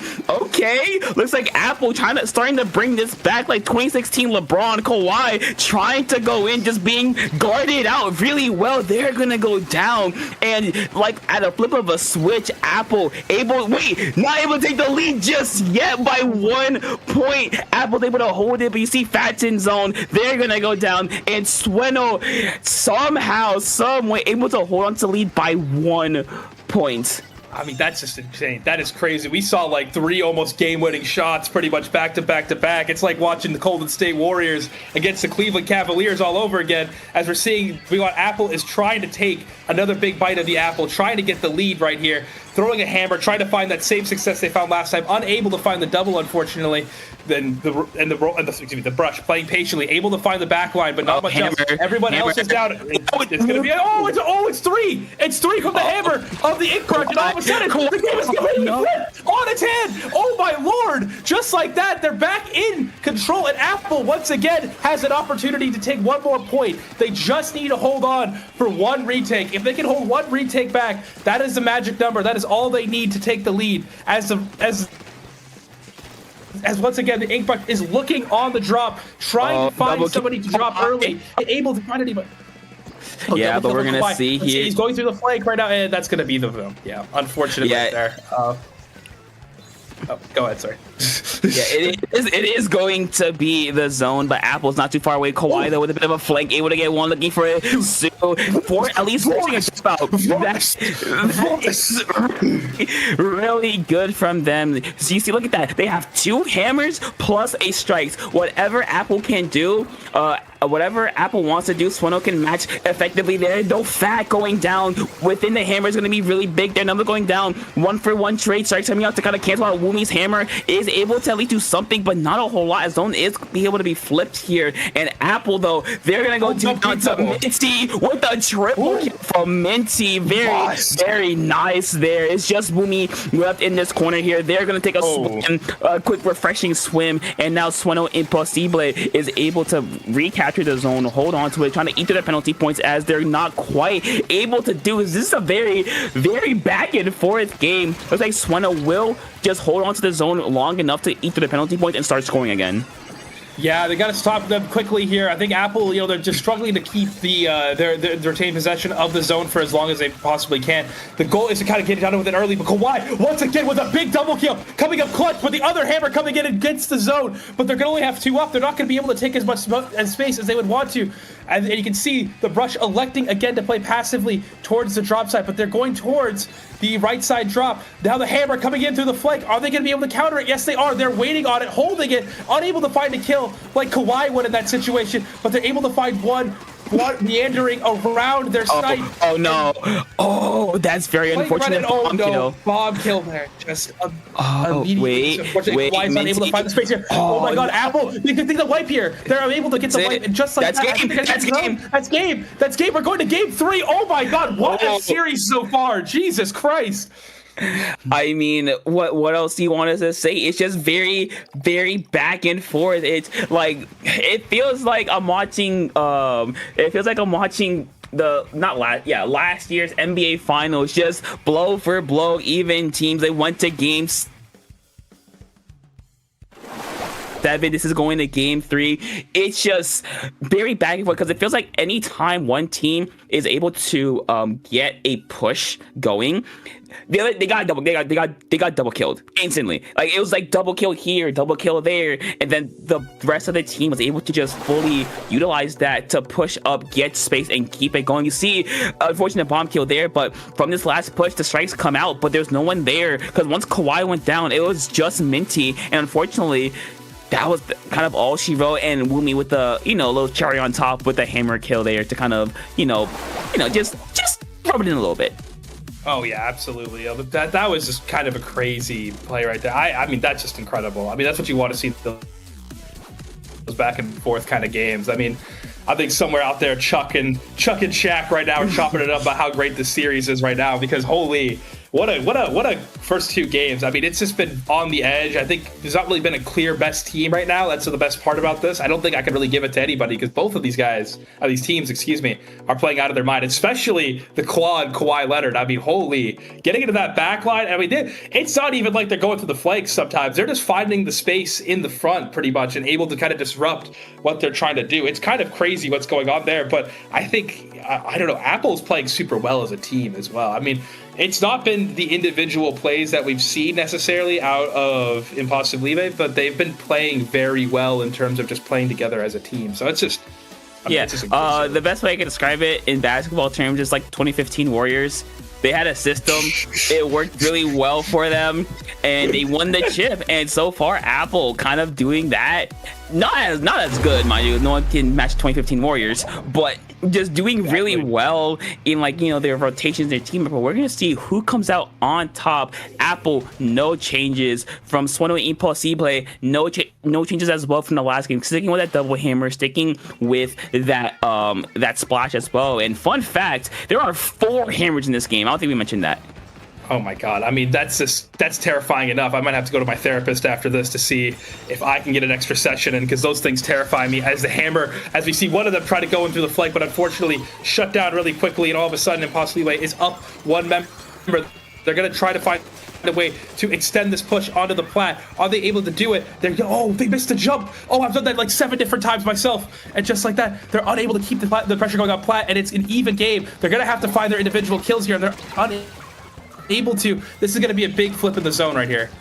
I mean, it might be. Bart is going to be the last member here. They're going to be forced back, but they were forced back far enough, quick enough, so now their team can just kind of jump back in and get the zone. Minty with the strikes out in the zone to cover it up. Wumi going to go down. No hammer, but you see Fat in the corner there, able to just distract Minty, but not for long, as they're going to go down. 3 members down for Apple. And now if you're Sueño Imposible, this is an opportunity here to at least try to get at least one person onto plat, or potentially just wait, because you have hammer still. You're going to have strikes soon, so you have the specials necessary to counteract whatever Apple wants to do. There's a hammer going to be popped. I think there's another one too. Kawhi going to go down with an ACL injury. It's very unfortunate timing there. 2 members are going to go down for Sueño Imposible. 3 members, Minty as well, leaving just Kawhi once again, respawn like the robot that they are, to try to get back into the zone. There's a hammer being popped, looking for a pick in that corner, not quite able to confirm it just yet. The hammer throw's going to get it down though.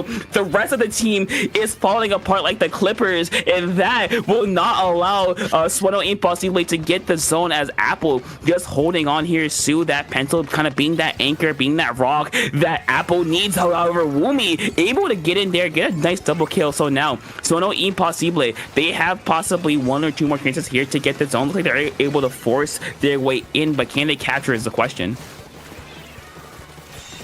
Yeah, it's just back and forth right now in the zone. They are able to capture it, thankfully, but they're only 2 down. So right now, they're going to need a big play from Kawhi as he gets one, but he's going to need to find a couple more here. Unfortunately, it's shut down by the big apple of Jeremy Lin, and all of a sudden, it's just kind of looking like it's Apple's game to win here. They're just going to have to get a good hold here. All it's going to take is really two defenses as the pencil is putting pressure, trying to make sure these guys can't move freely, and the ledges are being played to try to get a pick and try to use that chip, and they're able to get 2. The red-pilled pencil is quickly putting its stamp on the game as they have one more attempt here, but the pencil of possibly late counters, the strikes will come down into the zone. Is it going to be enough? Wumi is able to get the kill. They're going to have to start painting the zone quickly. Oh, wait, Kawhi on the zone. Oh, he's thrown. the Flamers can beat this, but unfortunately is unable to find it. The hammer is going to be coming out from Mouldy, and now they're going to have to fight so quickly. Kawhi is looking, prodding. No, they're going to go down. So. Oh my God, the piece, much like on the Clippers, the pieces are not around him. It's game, set, match. 2-1, Apple over Senior Impossible. What a game, though. What a game. I mean, yeah, it was very, very back and forth. It felt like each team had their opportunity to shine, to get in their zone, kind of play this aggressive play style that's worked out really well for them.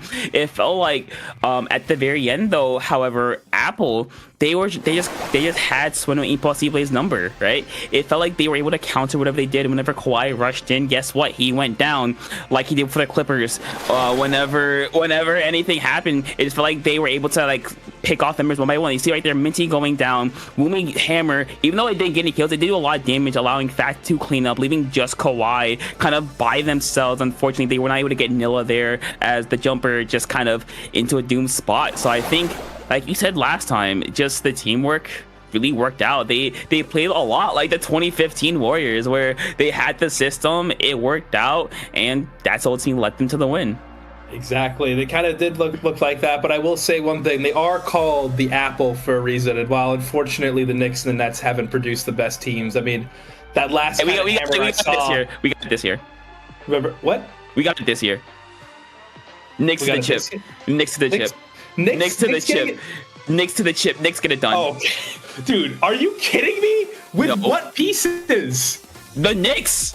We got. Are you talking about JB11? You guys JB11? Be honest. No, we didn't. Oh my God, the most overrated player in the league right now. In terms of EPS, this guy is bad. This guy can't play defense to save his life. He's a -1 EPM player on defense. Listen. This guy sucks. He's a bona fide scrub. He can't play basketball. You cannot come here and diss JB11, the savior of New York City, of New York basketball. I would say one thing, all right? It's gonna be wrong. You know who's coming out of the East? For the first time since 2003, 2004, the Detroit Pistons are making the finals. Are you a Pistons fan? Yes, and Detroit Pistons are making and winning the championship over any team that comes out of the West. All right, you heard it here first. OKC. You can clip it. You can look at me, and you can clip this because I am 100% right. Because OKC loses in the Western Conference Finals to the Denver Nuggets. I said it here first. Listen, and you look at me like a prophet after this. You're not a prophet. You're not a prophet. Listen, listen, I understand you don't know how to act because you've never been here before. I have. But you haven't. And I have. But you haven't. I have. But you haven't. I have. I have been here. No, you haven't. I have. Lying. Just lying. All right. Well, that's the end of our blog. Yeah, that's it for us. All right, Yoshi, where can people find you? I asked first. No, I asked second. Where do people find you? Oh my God. Well, I got she, so ladies first. So you know what I mean. So no, yeah, ladies first. Go. Yeah, ladies first. Thank you. Yeah, you're welcome. Don't. Yeah. You can find me at Yoshi God, SBL, on Blue Sky. I post videos. Okay. Anyway, enough of that. My name, you can find me over at Topical2 at bluesky.social. You can find me also in person at ANOVA number 3. So if you're in the DC, Maryland, Virginia area, please stop by. It's gonna be great. It's also the land. It's the land. You watch his ass get kicked. Watch it get kicked, because we gotta beat it. It's the land championship, so that's gonna be great. Thank you to Justin for being our wonderful streamer, and with that. That is it from us. So no, I don't want what? Don't go anywhere because we have 2 great commentators coming on next. We have Dark and Rocket on the mic next. So with that, that's it from us, and see y'all next time.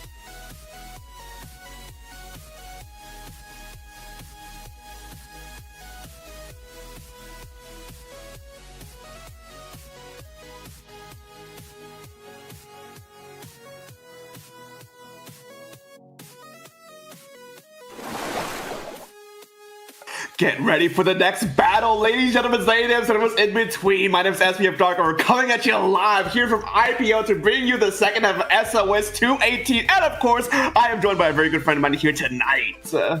Yes, Dark, we are taking over what has been a little bit of a chaotic stream so far, so maybe let's reel it back a little bit, but keep up the intensity, at least in terms of these games. And speaking of that intensity, looking at our next matchup here in Great White Bracket, round 2.2 is Ascension versus Mouldy Whopper. Now, a lot of talent here in terms of plus servers, in terms of Division X, a lot of familiar names. You have Bonk, Mirage, Inkola, and Sam on Ascension. Mouldy Whopper, similar story there with some familiar names. I do see as well Trayshawn on their roster. I'm not sure if it's appearing up there as well, but Trayshawn from Division X, Super Fighting Me, Team Supreme here. So a lot of plus players and a lot of Division X players just littered across the entirety of the set.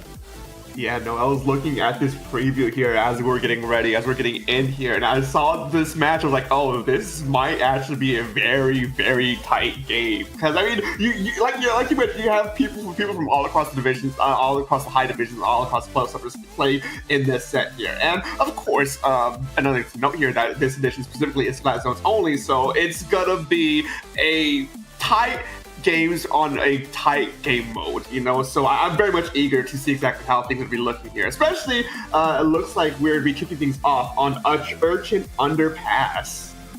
Yeah, reminder to you, dear viewers, if you didn't already know it, no, it's not an unknown stage, but it should be probably because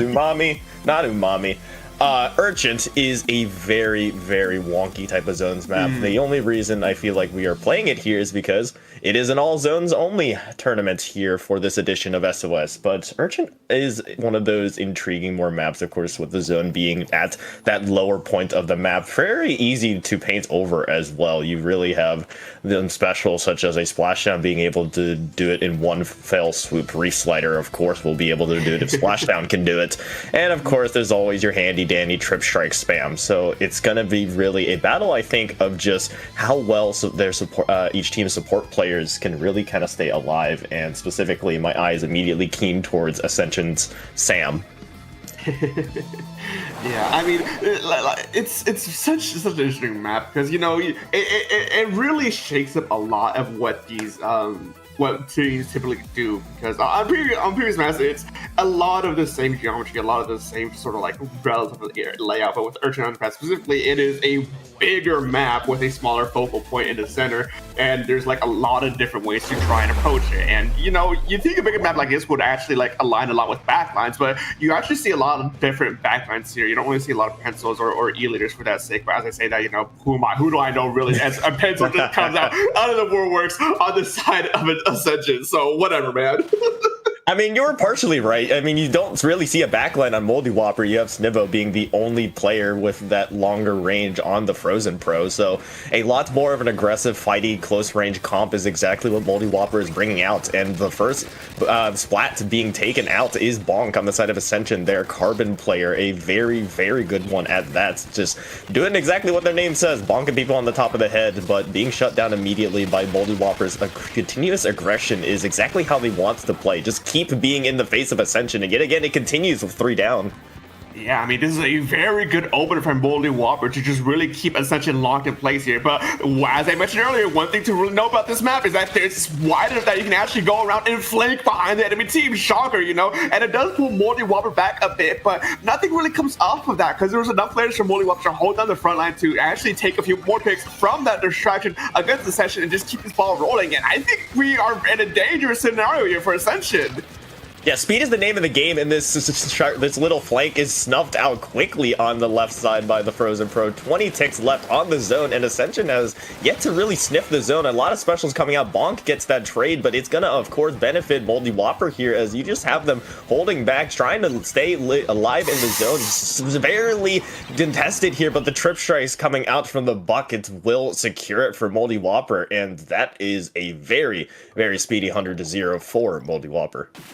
Yeah, I mean, it was really just those first few crucial opening picks from Mouldy Whopper that they were able just to continuously convert that into their own momentum, into their own speed, keeping Ascension down and down in the gutters, not giving them any breathing room here. Even with the going down with the trade for the Zuka right there at the very end there, it was unfortunate that the Zuka had to focus on the player that's actually threatening their lives rather than the players who are like surrounding the zone to try and at least flip the zone in their favor a little bit. And especially with that checkmate strike at the end there really wasn't much Ascension could do because they had so little breathing room to begin with. Yeah, and I was talking about it at the beginning of the match. You just saw the fast comp, and kind of attesting to what you were mentioning as well. You don't normally really see those backlines on this map, like a pen, just because of how very close quarters, how very in your face this map kind of really leans to the strengths of the fighting. And although you did have Ascension really have those 3 other faster weapons with the Carbon on Bonk, you had the Splash coming out from Sam and the Gal as well. You really just were missing that backline pressure that the pen is able to give you, just really because of the comp that we saw Mouldy Whopper bring out. It's just all in your face, all have the ability to engage and disengage at quick speeds, and of course being able to have the quicker support weapon in that end zap. Yeah, no, a lot of the cards were stacked in Mouldy Whopper's favor here, but it's not exactly out for Ascension just yet. You know, we are in a best of 3, so they have one more match here to really try and keep things in line here, especially going into our second game, Umami Ruins. Definitely something that probably a lot of these players are a lot more comfortable with and a lot more familiar with and know how to like actually probably play, because believe it or not, Urchin Underpass doesn't get played a lot to begin with, so it's hard to say exactly how much of that is just like lack of map knowledge and how much of that is just, you know, Mouldy Whopper doing their own thing. But with Umami it specifically, I personally really like it because of dual zone here, and you can do a lot of chaotic stuff by just constantly flipping the attention on one side or the other. Yeah, and sometimes in a game it just gets away from you, and maybe that game got away from Ascension here as they bring out a very similar comp. I believe the same comp. You can't say the same on the other side, as that is a Jet Squelcher coming out from Snivo there. Although they, yet again, still don't have what you consider a traditional backline. Remember, Snivo was running that Frozen Pro, now going with a little bit more range in that Squelcher, but the results will be the same, as it does look like Mouldy Whopper will get the initial zone pop and will get that first player down. Yeah, and we do see Sam pop out the crab take here to just create some space, create some pressure to prevent Mouldy Whopper from pushing up too far forward. And with these picks that come off of it as well, now they're looking to do something that we're more familiar with. Essentially really using their comp to just push them back bit by bit, using their specials to open up scenarios for the remainder of the team to, especially Bot specifically there, to really open it up and clear the space with them. And now we're seeing a flip the script here. Ascension's the ones keeping Mouldy Whopper in place here, trying to see how long they can keep them down. Yeah, Mirage, formerly from the cafeteria there on that pen for Ascension, really being able to flex that range now that they're set up on that spiral tower area. 2 players down on the side of Mouldy Whopper, and this is where, like you mentioned, the flipping of the scripts, the opposite is being played out now with this space, now with a different map. You have Mouldy Whopper being spaced out themselves, Bonk just waiting on that left side, just eerily waiting, just trying to see if they can get a pick. They do get snuffed out, but it will be a 1-for-1 trade. Both colors being popped now, as well as you see the timer continuously ticking down. 2 players down on the side of Mouldy Whopper, so time is running out themselves to get in a push. You have the bucket on the right side getting into the zone and trying to at least save their home zone here, as it is a 2-zone map, just trying to stay alive as Sam on this right side, popping that crab, trying to live themselves, and it does look like that will be leading to a zone kept, as just Mouldy Whopper has not been able to get into that zone, just trying to throw desperately everything they have, but it will tick down in Ascension's favor. Yeah, that was a pretty extraordinary just de-raveling of Mouldy Whopper there. Ascension just really using that first half of the game to just make sure that Mouldy Whopper had some little breathing room to actually get a push going. And when they did get those picks that they needed to push Ascension back, the 2 remaining players of Ascension just backed up, let Mouldy Whopper come to them and punish the few missteps from Mouldy Whopper. And it just kept things in a relatively neutral state and just kind of cruising on from there. It was very fascinating. Yeah, and we saw just eventually got to a point of no return where Mouldy Whopper had to force a lot of things. You had a lot of specials coming out in a different cycle compared to what you would want to use them. I mean, with Sam popping that crab on that right side, it forced and funneled the players of Mouldy Whopper into their home zone in that right side, just forcing out the specials. You had the bucket also with trip strikes that were not being able to use just because of the lack of time they had. desperately trying to get anything going and trying to stabilize is not exactly where you want to be. But that was all really just because of how well Ascension kept that lockout on that hold. Just constantly gave Mouldy Whopper no time to really settle any retake. Yeah, I mean, looking at these first two games as well, you can kind of see that once one team actually got their established game scenario there, they were able to completely lock out the other team and just kept things going in their favor. So now heading into game number 3, I'm kind of eager to see exactly what might be changing game plan wise here and for both of these two teams to try and make sure they're the ones who come out on top with these initial team fights. Because Crab Leg Capital is kind of an awkward map. You know, you do have your Grace, which can be a little bit awkward to try and fight around, but it can also be very lockout heavy, which can be crucial for this final game, number 3 in this set. Yeah, but here's the thing, Dark. I kind of lean a little bit towards Ascension here just because of what we've seen, how it's played out in Game 1 and Game 2. Game 3 on Crab Leg really leans into those backlines, and when I'm taking a look at the comp for Mouldy Whopper, you don't have much to contest Mirage on that pen, and Sam on this left side forming a very nasty crossfire is proving exactly why I had those worries, just being able to completely zone out Mouldy Whopper as Ascension just camping by and waiting for Mouldy Whopper to make their move.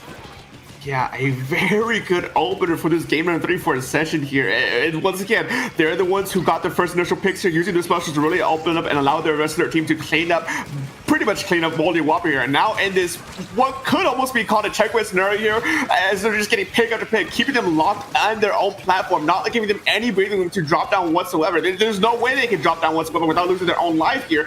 And just, they're spacing the specials, they're spacing the players. It's such a death trap right now, but being forced to use the rain and the ink strikes to try and contest the zone, it's not enough at the end of the day. But what Plonk does go down and the Gal go down, meaning that Mouldy Whopper does manage to get that zone flip at the end of the day, dealing a heavy amount of penalty points to Ascension in the process. Yeah, and you see the amount of damage Ascension is able to cause and the amount of headache and the amount of resources they force out of Mouldy Whopper. That was not 1, but 2, but 3 specials forced out of Mouldy Whopper just to get in a retake here. And you see the members such as Kito just being pincered by Mirage on that left side. And with Bonk as well, that wipeout, the final nail in the coffin as well for that hold, as Ascension right back in business, just trying to hold those positions firm. And you just really have Mouldy Whopper on the ball in their court, pressure forced on them to be the ones to make that move with their specials, and it's really going to come down to these trip strikes and that Booyah Bomb just forcing these players out for Ascension. Yeah, a delayed triple strike, ink strike there to truly try and disrupt from the line from Ascension, but it's not enough. One by one, Mouldy Whopper falls down, and with those penalty points gone for Ascension, that means there's just one more team fight left in this game before Mouldy Whopper loses here. But with the Booyah Bomb and a good blitz of the zone means that they can get the zone back under the control, just for a brief moment at the very least, as they deal a heavy amount of penalty points to Ascension to stay alive for a little bit longer here. And now it's just a fight to just maintain any semblance of control, any semblance of presence here in mid before Ascension will most likely lock them down once again. You just really have to force the fights on your side of Mouldy Whopper. You really have to be the ones to be the aggressors. As Ascension, they're just playing keep away this entire time. Another pick onto with that crab onto Kito. Another one by Sam, just in the same spot as well on this left side grates. Again, causing that crossfire with Mirage in the backside on the right. Just really leaving Mouldy Whopper no space to operate. And you see 3 of them on the right side grates just being funneled in, and then that's where Bonk is having their feeding grounds here, just daring them to make a move, forcing them to move forward. Now trying to threaten that Booyah Bomb. It will be forced out pretty early, and that's actually a wipeout though for Mouldy Whopper, who have finally found some life, finally found that second wind, but can they hold? That is the question that needs to be answered here, as they do have trip strikes to use, but a Zuka from Bonk will initially take out 1. Yeah, how Mouldy Whopper wants to hold this is crucial for the remainder of this game, the remainder of the tempo, remainder of their presence here. They do manage to fend off Ascension at least a little bit, living through the Zuka, living through the crab tank here, but it's still kind of dicey as there's just so many skirmishes all across the map. They are leading away with the points though, but the flip from Ascension means that they stop this potential runaway of points here and buy themselves some extra time to try and contest it even further, get proper contention there. 2 players down from Mouldy Whopper means that Ascension can go in here, get the final few picks against Mouldy Whopper, get a delayed wipeout, and set themselves up for another checkmate scenario. Yes, again, ball yet again in the court of Mouldy Whopper, forcing out that move, but Kiddo goes down early on the Stamper. That Booyah Bomb gonna be very much delayed, and with that, Sam has set up a very dangerous crab spot, now threatening into Mouldy Whopper's plat area. Penalty points no longer a worry for Ascension, and these strip strikes gonna come out real soon here, but you already have lost a player on that retake. That's a nice rebound, though, to take out Bonk, and now with Mirage being gone, it won't be enough still yet, though, as Ascension, despite being 2 players down on the retake, hold firm with the paint and take a 2-1 close sets to move on. Yeah, I mean, that end game, I think it was a slight bit of a hesitation from Mouldy Whopper there that unfortunately it cost them, because they were right there on the cusp of being able to stop that zone right at the 1 marker, but unfortunately it just was not enough. Like, they just needed a few extra frames, a few extra seconds in order to secure that zone flip. And man, oh man, it's really interesting to see exactly what it's like how about Mouldy Whopper played their first game here and how kind of quickly they fell apart here on their 3rd game against Ascension. It's fascinating. Yeah, but it's just really the pressure that Ascension was causing that forced them into a back corner. We saw it in game 2, and then yet again on game 3. Their hand was forced so many times, and then with losing your Stamper player as well, a good fighting weapon, and also the Booyah Bomb for the retakes, it really forced Mouldy Whopper to move forward. And kind of like you mentioned there, there was a bit of hesitation on that retake, and if it was a little bit, even a little bit faster, we could have seen that zone contested at 1. Yeah, it was an unfortunate thing for Mouldy Whopper to go through. But hey, at the very least, you know, you made it this far. Feel good about your performance today. You know, there's always next week another SOS to play to really try and refine that state. But at the very least, Rocket, we are done with that first set. And just out the gate of this first set, we're already moving on to our second set of the night, which we're going to be looking at Hawaiian's Pizza versus 33XP JP. Say that in the middle of a commentating set. Yes, that's something that I always love about SOS and really any Splatoon tournament, is just the creativity that you have of names here. And Hawaiian's Pizza, a lot of familiar names, Pika Dave, of course, and Acing there. Then you have Acing on that Luna Blaster. 33XPJP, also yet another pickup. I believe half of those members are from Friends. I believe that includes Rip Yams and I believe Zach, if I'm not mistaken. No, there's another player. I think it's Axis. Yes, Axis on the side of 33XP that is a part of Friends. So a little bit of familiarity between those 2 players, but in terms of Hayden and Zach, they pick up regardless. But that is what we have here in store for us as we are now moving to best of 5, longer sets, longer matches, I hope, and a lot more tension, I'm sure. Still sticking with the all zones format, looking at our first game being Spot Zones Mako. Yeah, I mean, Mekomar is one of my all-time favorites. There's just the map geometry of Mekomar specifically just complements a lot of different playstyles so well that you can really put out anything and still be relatively fine here. And I'm eager to see exactly what the tools these players are going to be bringing out here specifically, because you know there has been a patch relatively recently, you know, so things are still kind of getting figured out, so kind of tested out. You know, maybe they want to try and place their bets on a new weapon or 2 here, or maybe they just want to play it safe and go with what's been standard so far in the credit seat. It's kind of hard to tell this early right now, but yeah, I just love Mekomar because there's just so much potential that you can see here. I'm very excited to see exactly what can be brought. Yeah, and I had mentioned earlier with Acing on that Luna Blaster, they are going to eat a lot. If left unchecked, you have those weapons such as Blasters, Carbons, and Buckets that really get to take advantage of their AoE to do a lot of damage. And I mean, Acing is no different. I believe a Luna Blaster one trick, or at least I have commonly seen them on Luna Blaster at least pretty much every single time. They're gonna be very dangerous and something that 33XP JP really gonna have to worry about. But on the other side, you have Hayden with that E leader really being able to maybe cut away at the rest of the team, just trying to see if you can get rid of the supports, because that's how you really deal with these frontline more weapons, such as Acing, such as any other weapon. Just cut off their support line, and then they're really left to their own devices, and it's just a lot easier to deal with them that way. And on top of that as well, I have noticed that E-Leader being on the up and up relatively recently as well. So it's a very good chance that it does genuinely get played here for a good reason, even without the knowledge that you have a Luna Blaster on the enemy side, right? So E-Leader itself, you know, it's kind of a double-edged sword. You need to make sure you have the proper space and the proper setup to actually let it thrive, to actually be a proper threat. And once you start losing some of that momentum, some of that handle on the E-leader's presence, things can fall apart really fast. So it's kind of a tricky thing to try and manage all at the same time. But I have faith that the 3xp at least are confident enough that if they do bring the E-leader, that they have the tools at hand to really keep Hawaiian's Pizza in place to prevent them from actually just running all over the E-leader. Yeah, and not only that, but not only of just like the E-leader getting value by, of course, just getting a straight up pick, just playing a point and click adventure game and deleting someone from the lobby.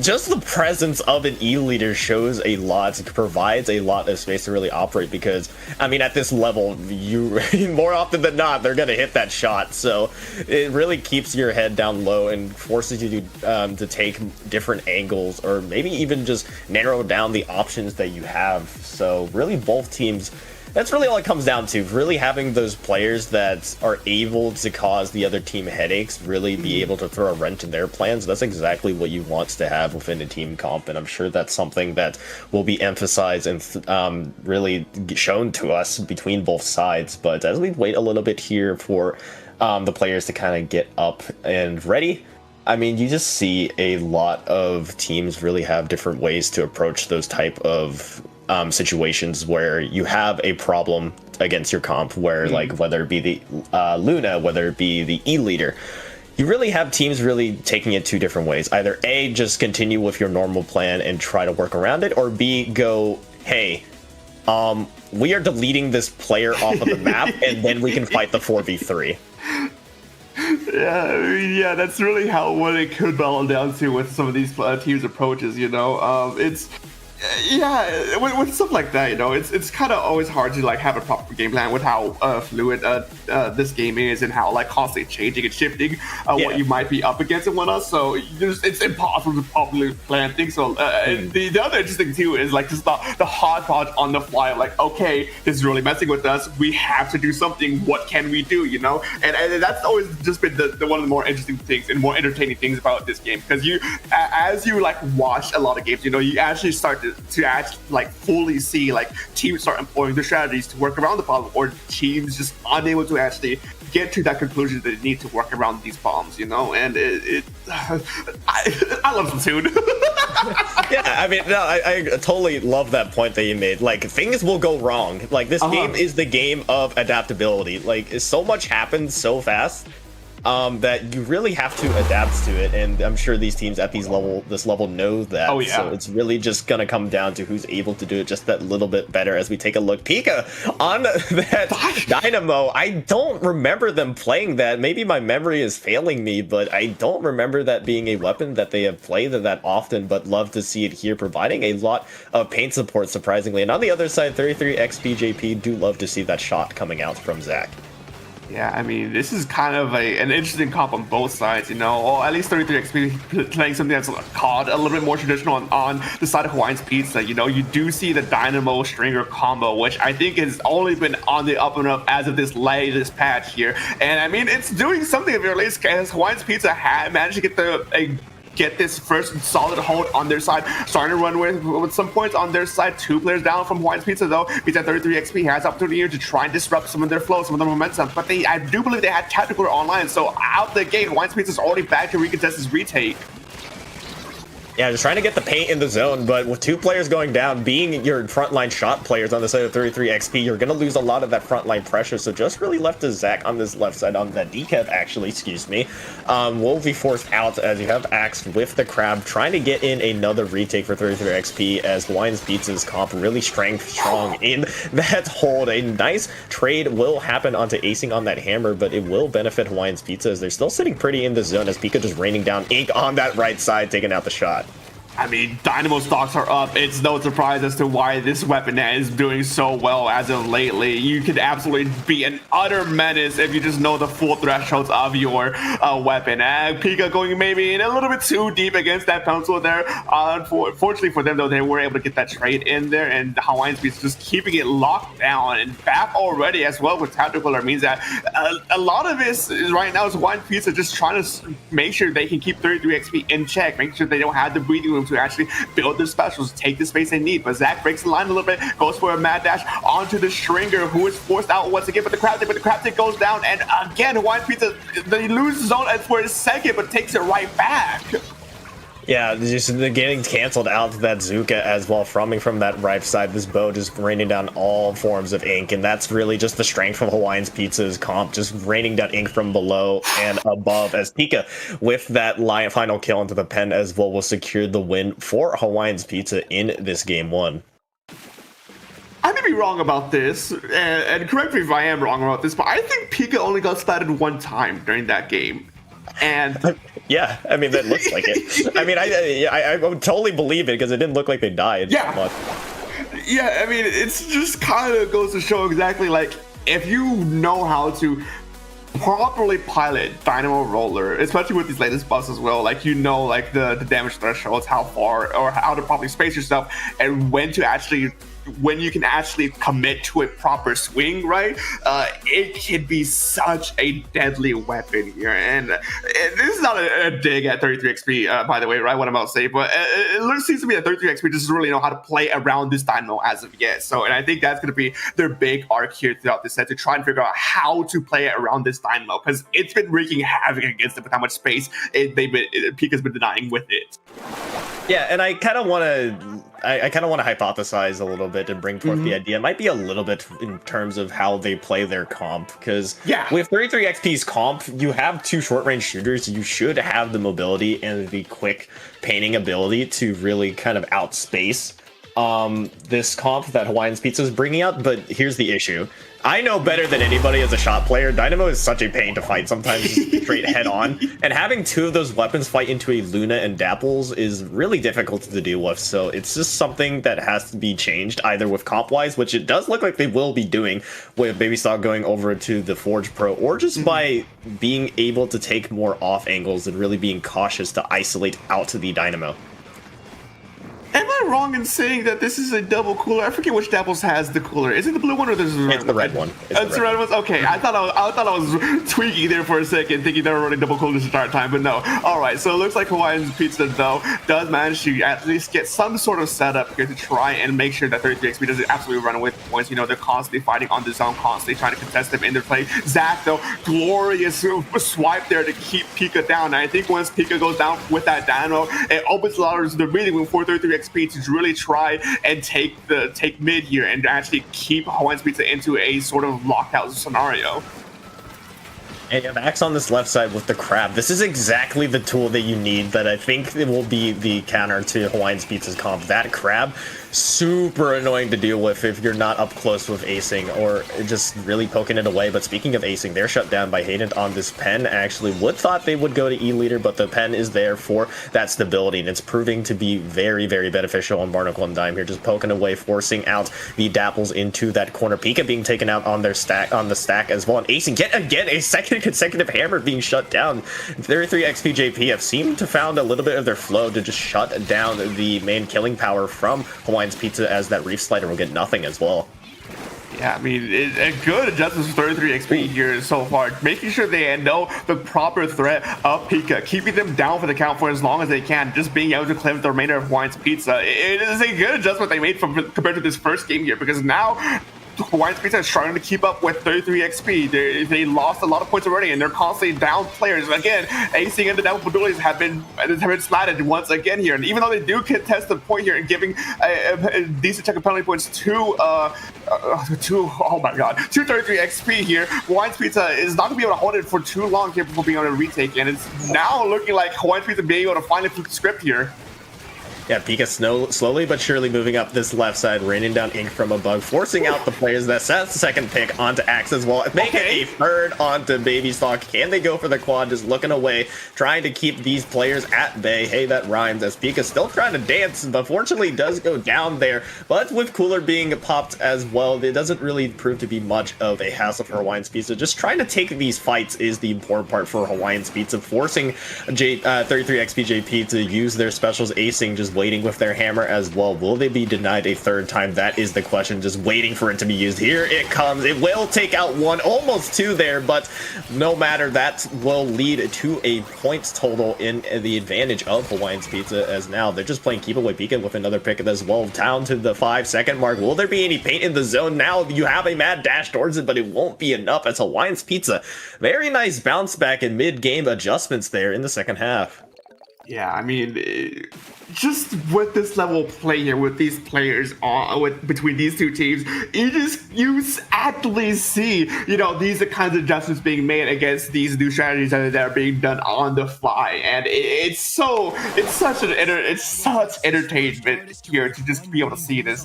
And I gotta say, 33XP JP, I had a lot of faith in that first half of this game with how well they're playing around the Dynamo with Pika and Acing. But something that Hawaiian's Pizza did in the middle of that game to just kind of keep 33XP off kilter there, kind of threw them in for the loop, and 33XP JP just wasn't able to recover after that.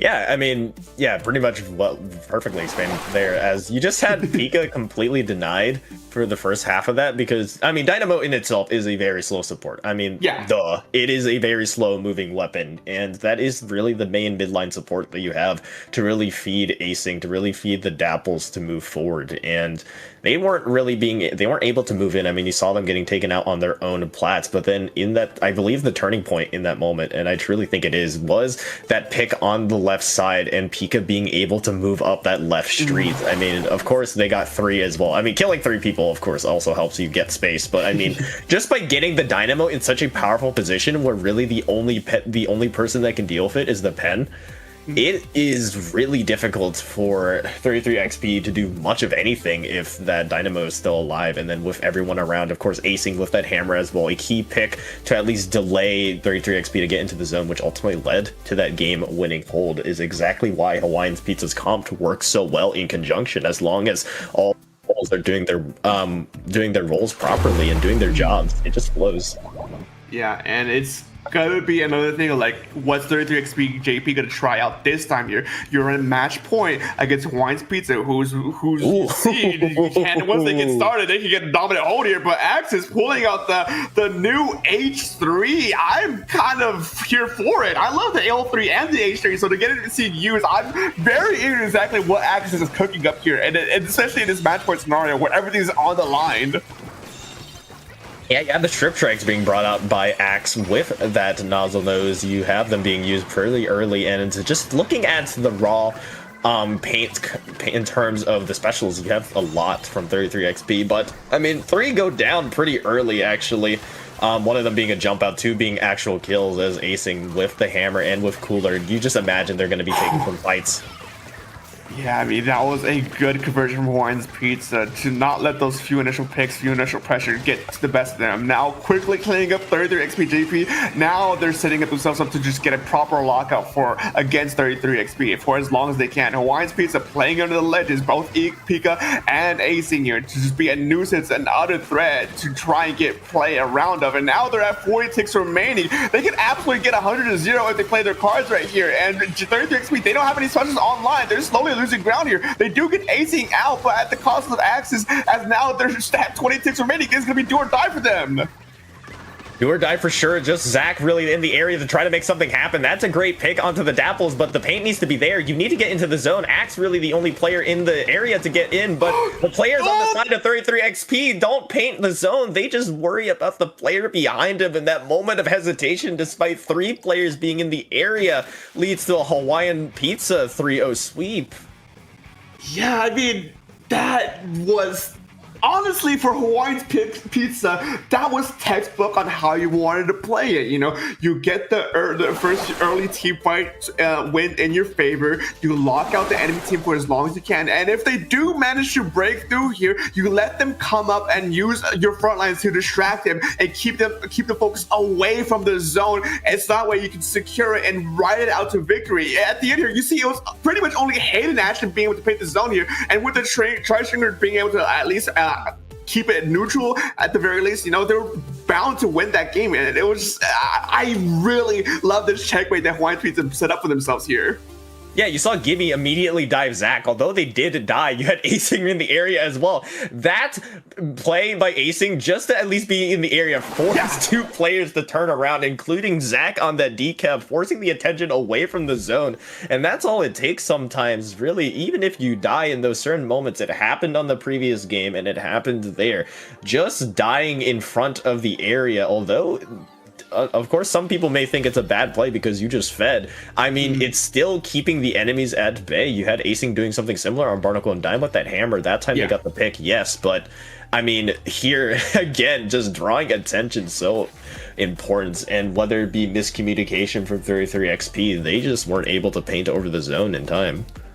Yeah, no, I think at the end there, that definitely was just too many players looking at Acing than they should have, knowing what the current scenario was setting up for from the Hawaiian Pizza, what they're trying to do and what they were trying to accomplish at the end there. And now Hawaiian Pizza, with a clean 3-0 here, are going to be moving into grand finals though. And on the other side for 33XP JP, you know, they're not out of it just yet. They still have the third place match to play through, so they still have one more game here to try and at least claim that podium's level, depending on whoever loses on the other side of the bracket, which looks like it's Blue Gym Karambit versus Ascension, currently 1-1. We'll see exactly the results of that here in just a little bit. But yeah, it's Hawaiian Pizza. I think you're feeling really good about that performance, and you're feeling really good heading into a finals here. Yes, really off of that high pressure, high presence, and it's gonna be a show to watch in grand finals to see how whichever team makes it out of the other side will deal with this type of comp. But a little bit of a break here in terms of the play. Of course, we do have to wait for the next set. Let's talk a little bit about something different here. Let's talk about lands a little bit here, specifically with the LCS. I know you have been on a little bit of a land tour yourself, Dark. I will see you at H-Town personally, but yeah, look at all that land qualifiers here. Rack for 2026. It was such a blast to do in 2025, and it's back here. Yeah, no, the LAN Championship Showdown, as you did bring up, Rocket, I am going on a bit of a LAN tour here. Not only will I be going to H-Down Splashdown in a month, but I will be attending my own LANs at the end of the month with Anarchy Nova, as well as my own local before the actual showdown at mid-April with Don't Flounder at the function here. And of course, land, you get to see all these lands, and we already had our first three land qualifiers already with Toronto, SoCali, and Buyap Bay. They already had their teams invited, but this weekend actually is the next qualifying event, which is going to be Gatorland down in Florida. So be sure to cash that on over on Splatoon Turn. Yes, over on Splatoon Tourney to see exactly who's going to be the next team to qualify for the LCS. Yes, and this time instead of 8 teams, it is 12 teams to see who will be the champion of all champions. And like you mentioned, keep a lookout on Splatoon Tourney's socials and on Splatoon Tourney stream on Sunday, April 26th for that. But with that being said, be on the lookout like that for sure, and stay tuned as grand finals for Swimmer Sync 218 coming up.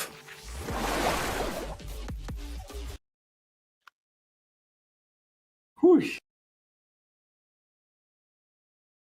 Do you want to know what's interesting about the LCS2, Rocket? Yeah.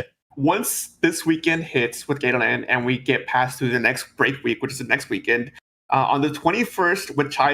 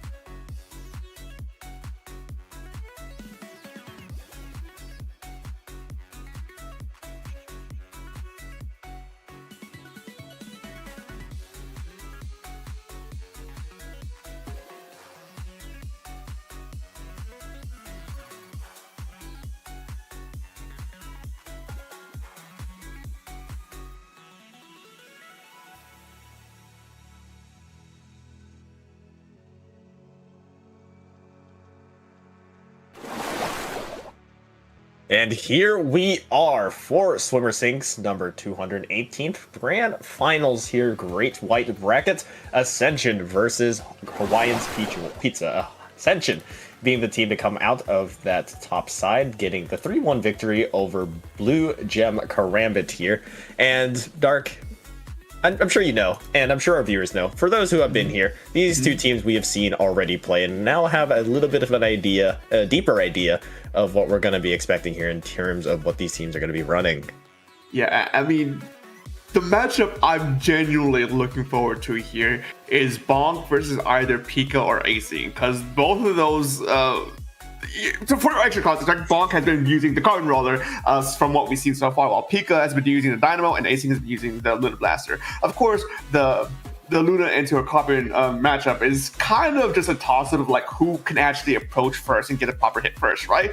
But the reason why I'm so interested with Bonk Pika specifically, because you have the slow, the lumbersome, like Dynamo Roller who can like just pretty much splat you in a moment's notice, or the fast-moving Carbon Roller who can dance around you and eventually chip you and wear you down. And I think there's something very interesting that be going on between those two players.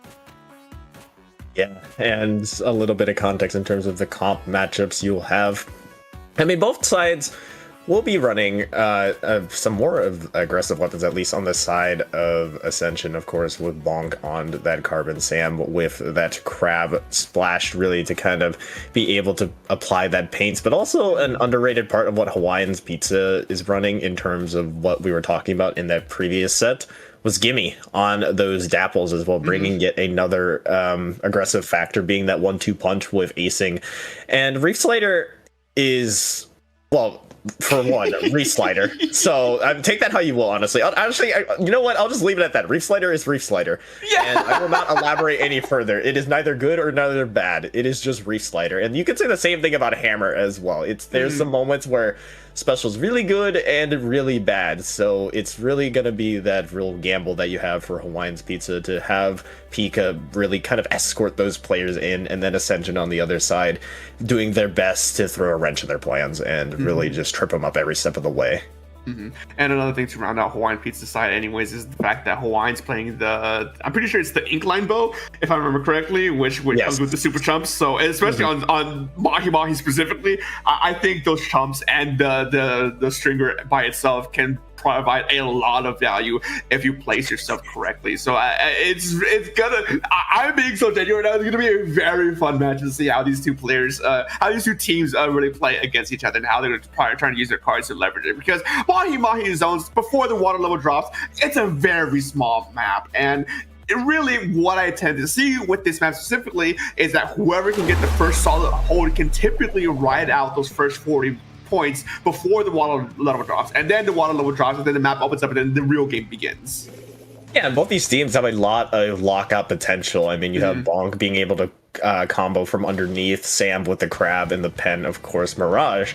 And then on the other side, with Hawaiian's Pizza, Pika, and Acing being able to kind of poke around those ledges with the bow as well. But off rip, Acing already down now with a 4v3 in Ascension's favor. They'll just ride this wave moving forward and trying to poke out Gimme on this left side. Yeah, a bit of a slow and steady play from Hawaiian's Pizza to really try and buy out to see exactly what their angle approach can be. Ascension, though, is using that slow and steadiness against them and trying to just leverage it into momentum so they can keep taking space, keep moving forward, keep them in check, not giving them the breathing room they need to actually play forward. We know Pika is backed up there, and unfortunately it's not down. And now the water level drops down, granting those first 40, make that 50 points to Ascension's favor. And now the map's open up where we can really see exactly how Hawaiian's Pizza wants to try and approach this next portion of this map. Acing barely misses Bonk on that left side, and it cost them their life. Sam alive, but no longer with that bow. Really nice shot coming out from Hawaiian. You have Chiva on this left side as well, trying to focus onto Gimme. Gimme being able to get that Reef Slider off in time to at least buy Hawaiian's Pieces on time to get in another push, and Acing on this right side, trying to take this 2v1 with that Carbon. Will not be able to get out, but they do have coolers, so not the end of the world for them, but it's not looking good, at least so far, for Ascension in the first half of this, or Hawaiian's Pizza in the first half of this, as Ascension has been able to just kind of hold the zone for so long. Yeah, I mean, a lot of it comes to the success of just Ascension being able to play really fast. You know, you have a lot of these players who place weapons with something like Dynamo, who is a lot more slower, can struggle a lot to actually make use of that big weapon. And it's going to be up to the mainer Hawaiian Speeds to really try and make sure you can actually keep Pika alive long enough for them to be able to actually make value of the Dynamo Roller. And Ascension knows that. They're just constantly playing around, constantly skirmishing, playing in and out of these players' ranges, you know. And even though we do see Hawaiian Speeds take the zone here, Ascension's being able to take the flip back almost immediately, and now 2 players down for Hawaiian's Pizza. They're back at square one right now.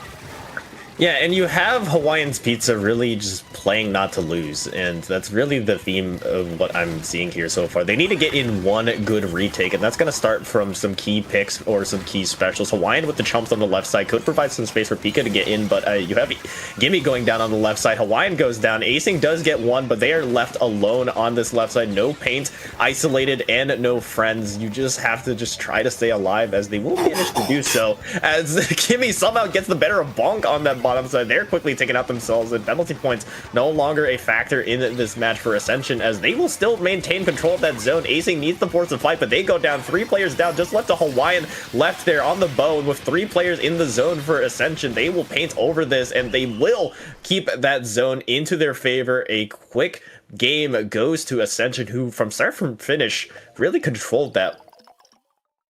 Yeah, it was very fascinating to see exactly how Ascension just kind of picked apart Hawaiian's Pizza. You know, they constantly moving around, especially the Dynamo as well, being on the constant move, playing around the ranges of your enemy team. You know, making sure that they can't actually pin you down. Meant that Ascension was able to just kind of dance around Hawaiian's Pizza a lot of the time and just kind of take advantage of their blind spots, take advantage of these just random off angles of attack, and just be able to keep them down for as long as they did. And Hawaiian's Pizza, it showed that they struggled a lot with that, and I'm kind of interested to see exactly like what they want to try and change up for the next game coming around. It's also tough for the comp that specifically Hawaiian's Pizza is running into. Pen is a really tough matchup, of course, with a great Pen that is Mirage. It really provides so much pressure and so much range that the bow can't really deal with, that the Dynamo of course can't deal with. So it's really a lot of the weight for a lot of things to get initiated is going to be on Gimme and Acing to really force a fight, win a fight with that support in the background. But with the more balanced comp that Ascension has, you have a lot of poking ability, of course, with, like I mentioned, Mirage, but also Sam's Crabs. Yeah, and as I'm sitting here thinking about it too as well, I don't think Hawaiian's Pizza has a lot of tools to actually try and get Mirage displaced properly. You know, I mean, you do have the hammer from Acing, right? But does Acing actually want to try and throw that hammer every single time they get it against Mirage? I don't think they do. So it's like a hard time to actually try and actually play into this comp that Ascension has. But at the very least, we're starting off this next game here to try and see exactly what adjustments Hawaiian's Pizza could be making, at least on the gameplay level, as both sides have brought the same comp that they brought last time. Confident what they've played so far, but looking to try and just make sure they make the macro adjustments at the very least. And that they do is 2 goes down for Ascension, meaning that Hawaiian's Pizza has his first hold on their side. Yeah, and Bonk and Acing start off really hot, getting that initial pick onto Bonk on that right side, and then yet again getting a pick onto Bonk and Sam. That is exactly what you need for Hawaiian's Pizza to open strong, having those players get those picks, and kind of like you mentioned, that's what Hawaiian Pizza needs to do without any retake specials. So always being put on the aggressive is exactly where they need to be, with Gimme getting a Reef Slider pick onto Chiva, them getting traded out themselves here. But Hawaiian's Pizza, early start, early aggression leads to an early lead, and it may lead to an early end here. Sam's flank is snuffed out on that left side by Acing. Yeah, and Acing does go down by Mirage there, but I don't think it's going to be enough on their side of the Ascension. Just still stuck up on their side of the map. Pika being a Dynamo roller and just being an utter menace under the ledges, not letting Ascension any breathing room to get past through. And one by one, Ascension goes down, and Hawaiian's Pizza takes a really dominant first game for them. And we saw a changing of the flow of how these games go, of course, now with Hawaiian's Pizza with that win. We were talking a little bit about how they didn't really have much retake potential in terms of how difficult it was on Mahi specifically. So they just took one look at it and said, hey, what if we just don't need to retake? What if we just had zone the entire time? And I mean, hey, it proved to be the correct choice. I mean, just being able to dominate in that game that was honestly just really done by Acing being that spearhead. Just you saw them constantly pop out of everywhere, snuffing out to these fights, causing Sam to just not have that crab up, from just not having the resources for Ascension to even get in a retake of their own. That's exactly where you want to be for Hawaiian's Pizza. Just all full steam ahead, all systems go, and that's exactly what Hawaiian's Pizza's comp is really just great at, creating those lockout situations and making it impossible, either really difficult or almost impossible for teams, even with some retake specials like a crab. Yeah. No, and that's kind of the double-edged sword for Hawaiian's Pizza, you know, because once they get set up, it's very hard to take them down. But the issue comes that they need to actually be able to set themselves up first. And Ascension, it's kind of hard to try and properly get yourself set up unless you can get you know, leverage Acing to just get, or put a lot of your bets on Acing to be able to get those first opening picks to really just spear you head your way through and a proper setup if you're Hawaiian's Pizza, you know. So trying to see exactly how that might play out this time around. Now we know Ascension. Oh, now Ascension knows exactly what the gameplay is going to be for the opener for Hawaiian's Pizza. I wonder if they're going to be expecting that game coming this third game around, as we do see Bonk switch off from the carbon roller to the crack-on roller. Kraken, very interesting choice of special there. Could be very useful to maybe counter a Reslider, a Hammer, or the Dynamo Roller in particular. Let's see how it plays out. You did see them get that early pick onto Acing, so at least getting that value in it itself. And of course, you will have that extra range to play with against Acing here, but Bonk doing Bonk things, bonking people on the head, managing to get one and choosing that Kraken to its fullest, chasing out these remaining players and getting one onto Gimme as well, who is unable to escape the wrath of the Kraken. Yeah, and now Ascension, learning from the second game anyways, are preventing Hawaiian's Pizza from getting properly set up. You know, they're skirmishing, they're making this game uncomfortable for them to be able to actually push up proper here. We do see the super chumps come out, but nothing much can come from it at the moment, as they're still locked up on their side, finally being able to break the wall at least a little bit here. Pika looking to try and play around this mid tower here. The Reslider going in to try and create some more space, but no, the crab take on the other side of the map is going to be able to still apply a lot of pressure, and one by one though, essentially goes down as Hawaiian Pizza is finally able to take control of the zone here. Now they're going to be able to set up, and can we see them be able to lock them out here with what we've seen from the last game we just witnessed? Yeah, this is exactly the situation that you want to be in for Hawaiian's Pizza. Any team would like to be in, but especially Hawaiian's Pizza. Bonk forcing their way in with the Kraken. The different element here from the previous game, will it prove to be the game changer? I mean, it's providing the space in the middle, but once that Kraken runs out, you have two players going down for Ascension there, with just Sam left in the area, just trying to get something going in mid, but with that, the lead being taken by Hawaiian's Pizza. Sam left their own devices. A really nice fling from Pika on that Dynamo will lead to them continuously holding that zone. Gimme has a Reslider to play with as well. This could prove to be very dangerous for Ascension. You need those specials coming out, and that is a special to open things up. And a crab coming out from Sam. The crab comes out and the Kraken comes out from Ascension. The Reslider is canceled out, which is crucial for them to be able to actually come and clean up the remainder of Hawaiian's Pizza. Acing, the last player standing on their side. They get two. Hassan, the trade return, gets three, and then wipe out in return. Hawaiian's Pizza may have lost the team fight there, but Acing, being the last player standing, holds it down and lets them come and back and retake the zone. And yet again, Ascension put on the back foot. You need to force a similar retake. That's going to come down to your specials initially. It's going to come down to that Kraken from Bonk. It's going to come down to the crab for Sam to really pop out. Right on cue there, but immediately exploded by Pika, getting another one onto Bonk as well.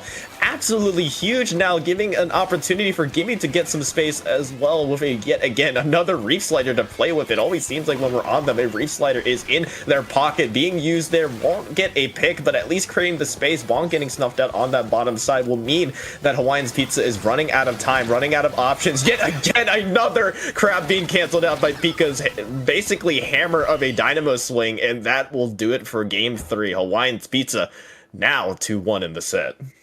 Yeah, now that they're warmed up here, they know exactly what Ascension is trying to prevent the Hawaiian's Pizza from doing, and because of that, they're not necessarily trying to leverage a lot of early on pressure, letting Ascension take some space for themselves and be the ones to punish some overextension from Ascension, coming in, getting the 1 or 2 picks they need to actually try and push Ascension out, and then getting themselves properly set up and be able to run away with a huge amount of points here. And you know, as we said beforehand, from these last 2 games anyways. Once Hawaiian's Pizza gets set up, it's very hard for them to actually get flushed out. We saw it really play out there. I mean, Pika not only canceling out 1 but 2 crabs. I felt like every time I saw that, I just heard the metal pipe dropping sound every single time. Where that was the bread and butter of why and how Ascension gets in. It's really just coming down to that crab, really coming down to that crack, and the crab is arguably the more important part of that. And with them not having it on that retake, it really just left them no real space to really work with, as Hawaiian's Pizza's comp just way too aggressive, just way too much in their face. And now let's see if we can make that change yet again over here with Urchin Underpass. Yet another close range, even more close range, a more aggressive zones map that is going to be very scary to fight Hawaiian's comp in. I'll say that. Yeah, no, it's that Ascension has a lot of work cut out in front of them, because, you know, you have the Luna Blast, you have the Dap Rollers, you have the Dynamo, you know, a lot of weapons you don't want to be that close with. But of course, Ascension responds with their own Dynamo, Bob saying they had enough of Pika, wanting to try and recreate some of that magic of their own, brings out the LDE Dynamo, I want to point out specifically. Yeah, Bong switching a little bit more to a supportive role, going with the golden Dynamo with Chumps as well, maybe trying to ditto that Dynamo that Pika has, but we'll see if it will work out. Bold move, will get one onto Gimme there, but honestly, taking a look at it, Dynamo goes really nicely against Hawaiian Pizza's comp. You saw they're being able to shut down Gimme and can potentially do the same thing to Acing as well, just given that range. But both teams desperately trying to fight over that zone area. Acing's camera canceled on that right side by Chiva. 2 players down on the side of Hawaiian's Pizza should lead to a zone flip from Ascension, especially with that third going down. Just left to Bo Hawaiian in the backfield. Yeah, and now Ascension has a proper hold on zone here, looking trying to re-engage Hawaiian's Pizza as they're coming back from spawn here. Gimme and Acing playing it slow and steady, trying to see who can they pick off first before they can hard commit into a team fight here. Bong playing, using that Dynamo's range, applying pressure from over the wall here, but one goes down on each side. Acing here with the hammer means that they can actually go in and try and disrupt the front line a little bit, throwing it to Bong, narrowly missing that Dynamo roller, which means that Bong is still around to apply a lot of pressure here. Gimme going in with the restarter and returning on the right hand side to just push Ascension back. Hawaiian's Pizza, their goal right now isn't necessarily to actually win these team fights, but at least assert some sort of control here in mid so they can actually get properly set up. As Hawaiian Pizza still holding on to that zone though, so the penalty will be added. You have 2 players going down on the side of Hawaiian's Pizza. Bonk moving in with that cooler. Now, most of Ascension is coolered up, so they will move up to take this space, but Gimme is there to counteract that, managing to take out the Gal. Bonk moving up this left side. Chumps being placed as well. It is just Chump v Chump turf war in this middle area. You have Squiffer being the Sprinkler being popped in that middle area as well. Just the hold position for Hawaiian's Pizza here, as both teams desperately trying to build out their specials. Bonk returning the Chumps in kind with interest. Mirage moving around this left side. 2 players down on the side of Hawaiian's Pizza. Now is the time to move up if you're on this side of Ascension. Now with that delayed wipeout as well. All this space on that left side of the map, all this space in Ascension's favor could be the thing that tips the scale into the favor of Ascension even further, especially since you have this crab coming out from the right side on Sam. Yeah, using the crab tank here to apply a lot of pressure and buys themselves some more time. And canceling out AZ, which is a crucial pick on their side to buy themselves some more time. Super Chumps does come up to try and neutralize the zone at the road east from Hawaiian's Pizza, but 1 player down on each side means that's going to be hard pressed to see exactly who can come out on top, but Ascension still has control of the zone here with 20 ticks remaining. They can absolutely run away with this game here and take this to a 2-2 set, but can they hold on to it for a little bit longer? It's hard to say. Tacticooler is online for Hawaiian's Pizza here. AC looking trying to go around it with the flank again with the Ultra Stab, and Ascension still holding on just a little bit longer, but a huge throw means that Hawaiian's Pizza bought themselves a little bit extra time in this game. That is crucial, taking out the back line on the side of Ascension there. Mirage now no longer being able to be in that area for that pen support will allow Hawaiian's Pizza to move up ever so slightly, but Sam is right back there with the counter on that crab, now forcing away Acing on that jump area. Points ticking down for Hawaiian's Pizza. Still a little bit of a way to go. Here come the Chumps coming out from Bonk to move into the zone wood, but Cooler being popped by Pika could lead lead to a lot more fighting. Sam Keeley is taken out here. No more paint support on the side of Ascension. With 2 players down on the side of Hawaiian's Pizza, though, it might not even matter as Bonk and Mirage still yet alive with Chiva on that left side as well. Will form a very nice triangle to force out these players. Pika now the most up forefront player on the side of Hawaiian's Pizza, just trying to see if they can get anything going here. Penalty points ticking down on the side of Ascension here, but we are nearing that 1 minute mark still. Ball in the court of Hawaiian's Pizza to make a move. Gimme just trying to get in a reef slider, maybe try to get something going, but with Mirage going down, they could maybe escalate that fight a little bit as no cooler will be had on Ascension. Yeah, I mean, it's such a chaotic scramble right now. Specials being popped left and right, almost on cooldown, and it seems like from either side. But there's a 30-point differential between Hawaiian Pizza if they want to try and close this lead gap from Ascension, who's not letting this go down without a fight. Pika does go down, which opens up Ascension's opportunity here to try and go in and take control of the zone. Finally, for once and for all, that they do, flipping it in their favor, giving Hawaiian Pizza a good amount of penalty points. And on top of that, taking 3 of Hawaiian Pizza own players down, giving the last player standing, blocking the restart, takes 2 down with them before finally going down. That could be a huge sweep for Hawaiian Pizza. Incoming players to come in and try and contest this zone as best they can with only 25 seconds remaining. Gimme doing a lot of work there. What looks like he just feeding led it to a 3-for-1 trade and has given Hawaiian's Pizza a whole new life. Pika just trying to get Cooler out in time to try to maintain this pressure. That Cooler will be placed. You need to fight now if you're on the side of Hawaiian's Pizza. 7 seconds left, 7 ticks left, overtime looming. 2 players are down on the side of Hawaiian's Pizza. This hammer needs to be huge. It's coming out from that left side. Will there be any counter to it? It takes out Chiva. Will it take out any more? The jumps are coming in as well. The penalty points yet again still no longer a factor. Hawaiian's Pizza just holding firm. You have Hawaiian just in that left side, just continuously painting. There's 3 players down. It doesn't look like Ascension will be able to contest the zone in time, as a miraculous hold has led to Hawaiian's Pizza coming back and taking the set 3-1 here in grand finals of Swimmer Sync 218. In what was a very, very dangerous and strenuous scenario for Hawaiian's Pizza there. In overtime, holding it down, they managed to bring it back. Especially, I want to highlight, especially Gimme with the reslider there going 3 down. That was the kickstart of it all, allowing Hawaiian's Pizza to properly come and properly contest the zone and keep Ascension off kilter, not giving them the proper time to reorganize, not giving them the proper time to get their specials up in time to just take this overtime victory. I could not have said it any better myself, Doug. I mean, Gimmy's triple there, getting one from the Dapples and then getting the double from the Reef Slider gave the rest of Hawaiian's Pizza time to move into the zone. And then that, of course, set up Acing to get that nice hammer as well onto the gal, really being able to cause so much pressure, really hurting Bonk and Mirage on that right side and forcing those supports into a bit of an awkward situation. And then after that point, you really just had Hawaiian's Pizza cutting them down every step of the way. And if that's any way to play, I mean, we saw so many specials. I mean, I couldn't even count the amount of chumps I saw on the map. I mean, it, like you were mentioning in the middle of that match, they both teams were just using specials on pretty much as soon as they got them. Yeah, no, it was just so chaotic. It was a literal war zone in the middle of that game, and it was, oh man, Hawaiian Pizza really pulling out on the stop at the very end there to really try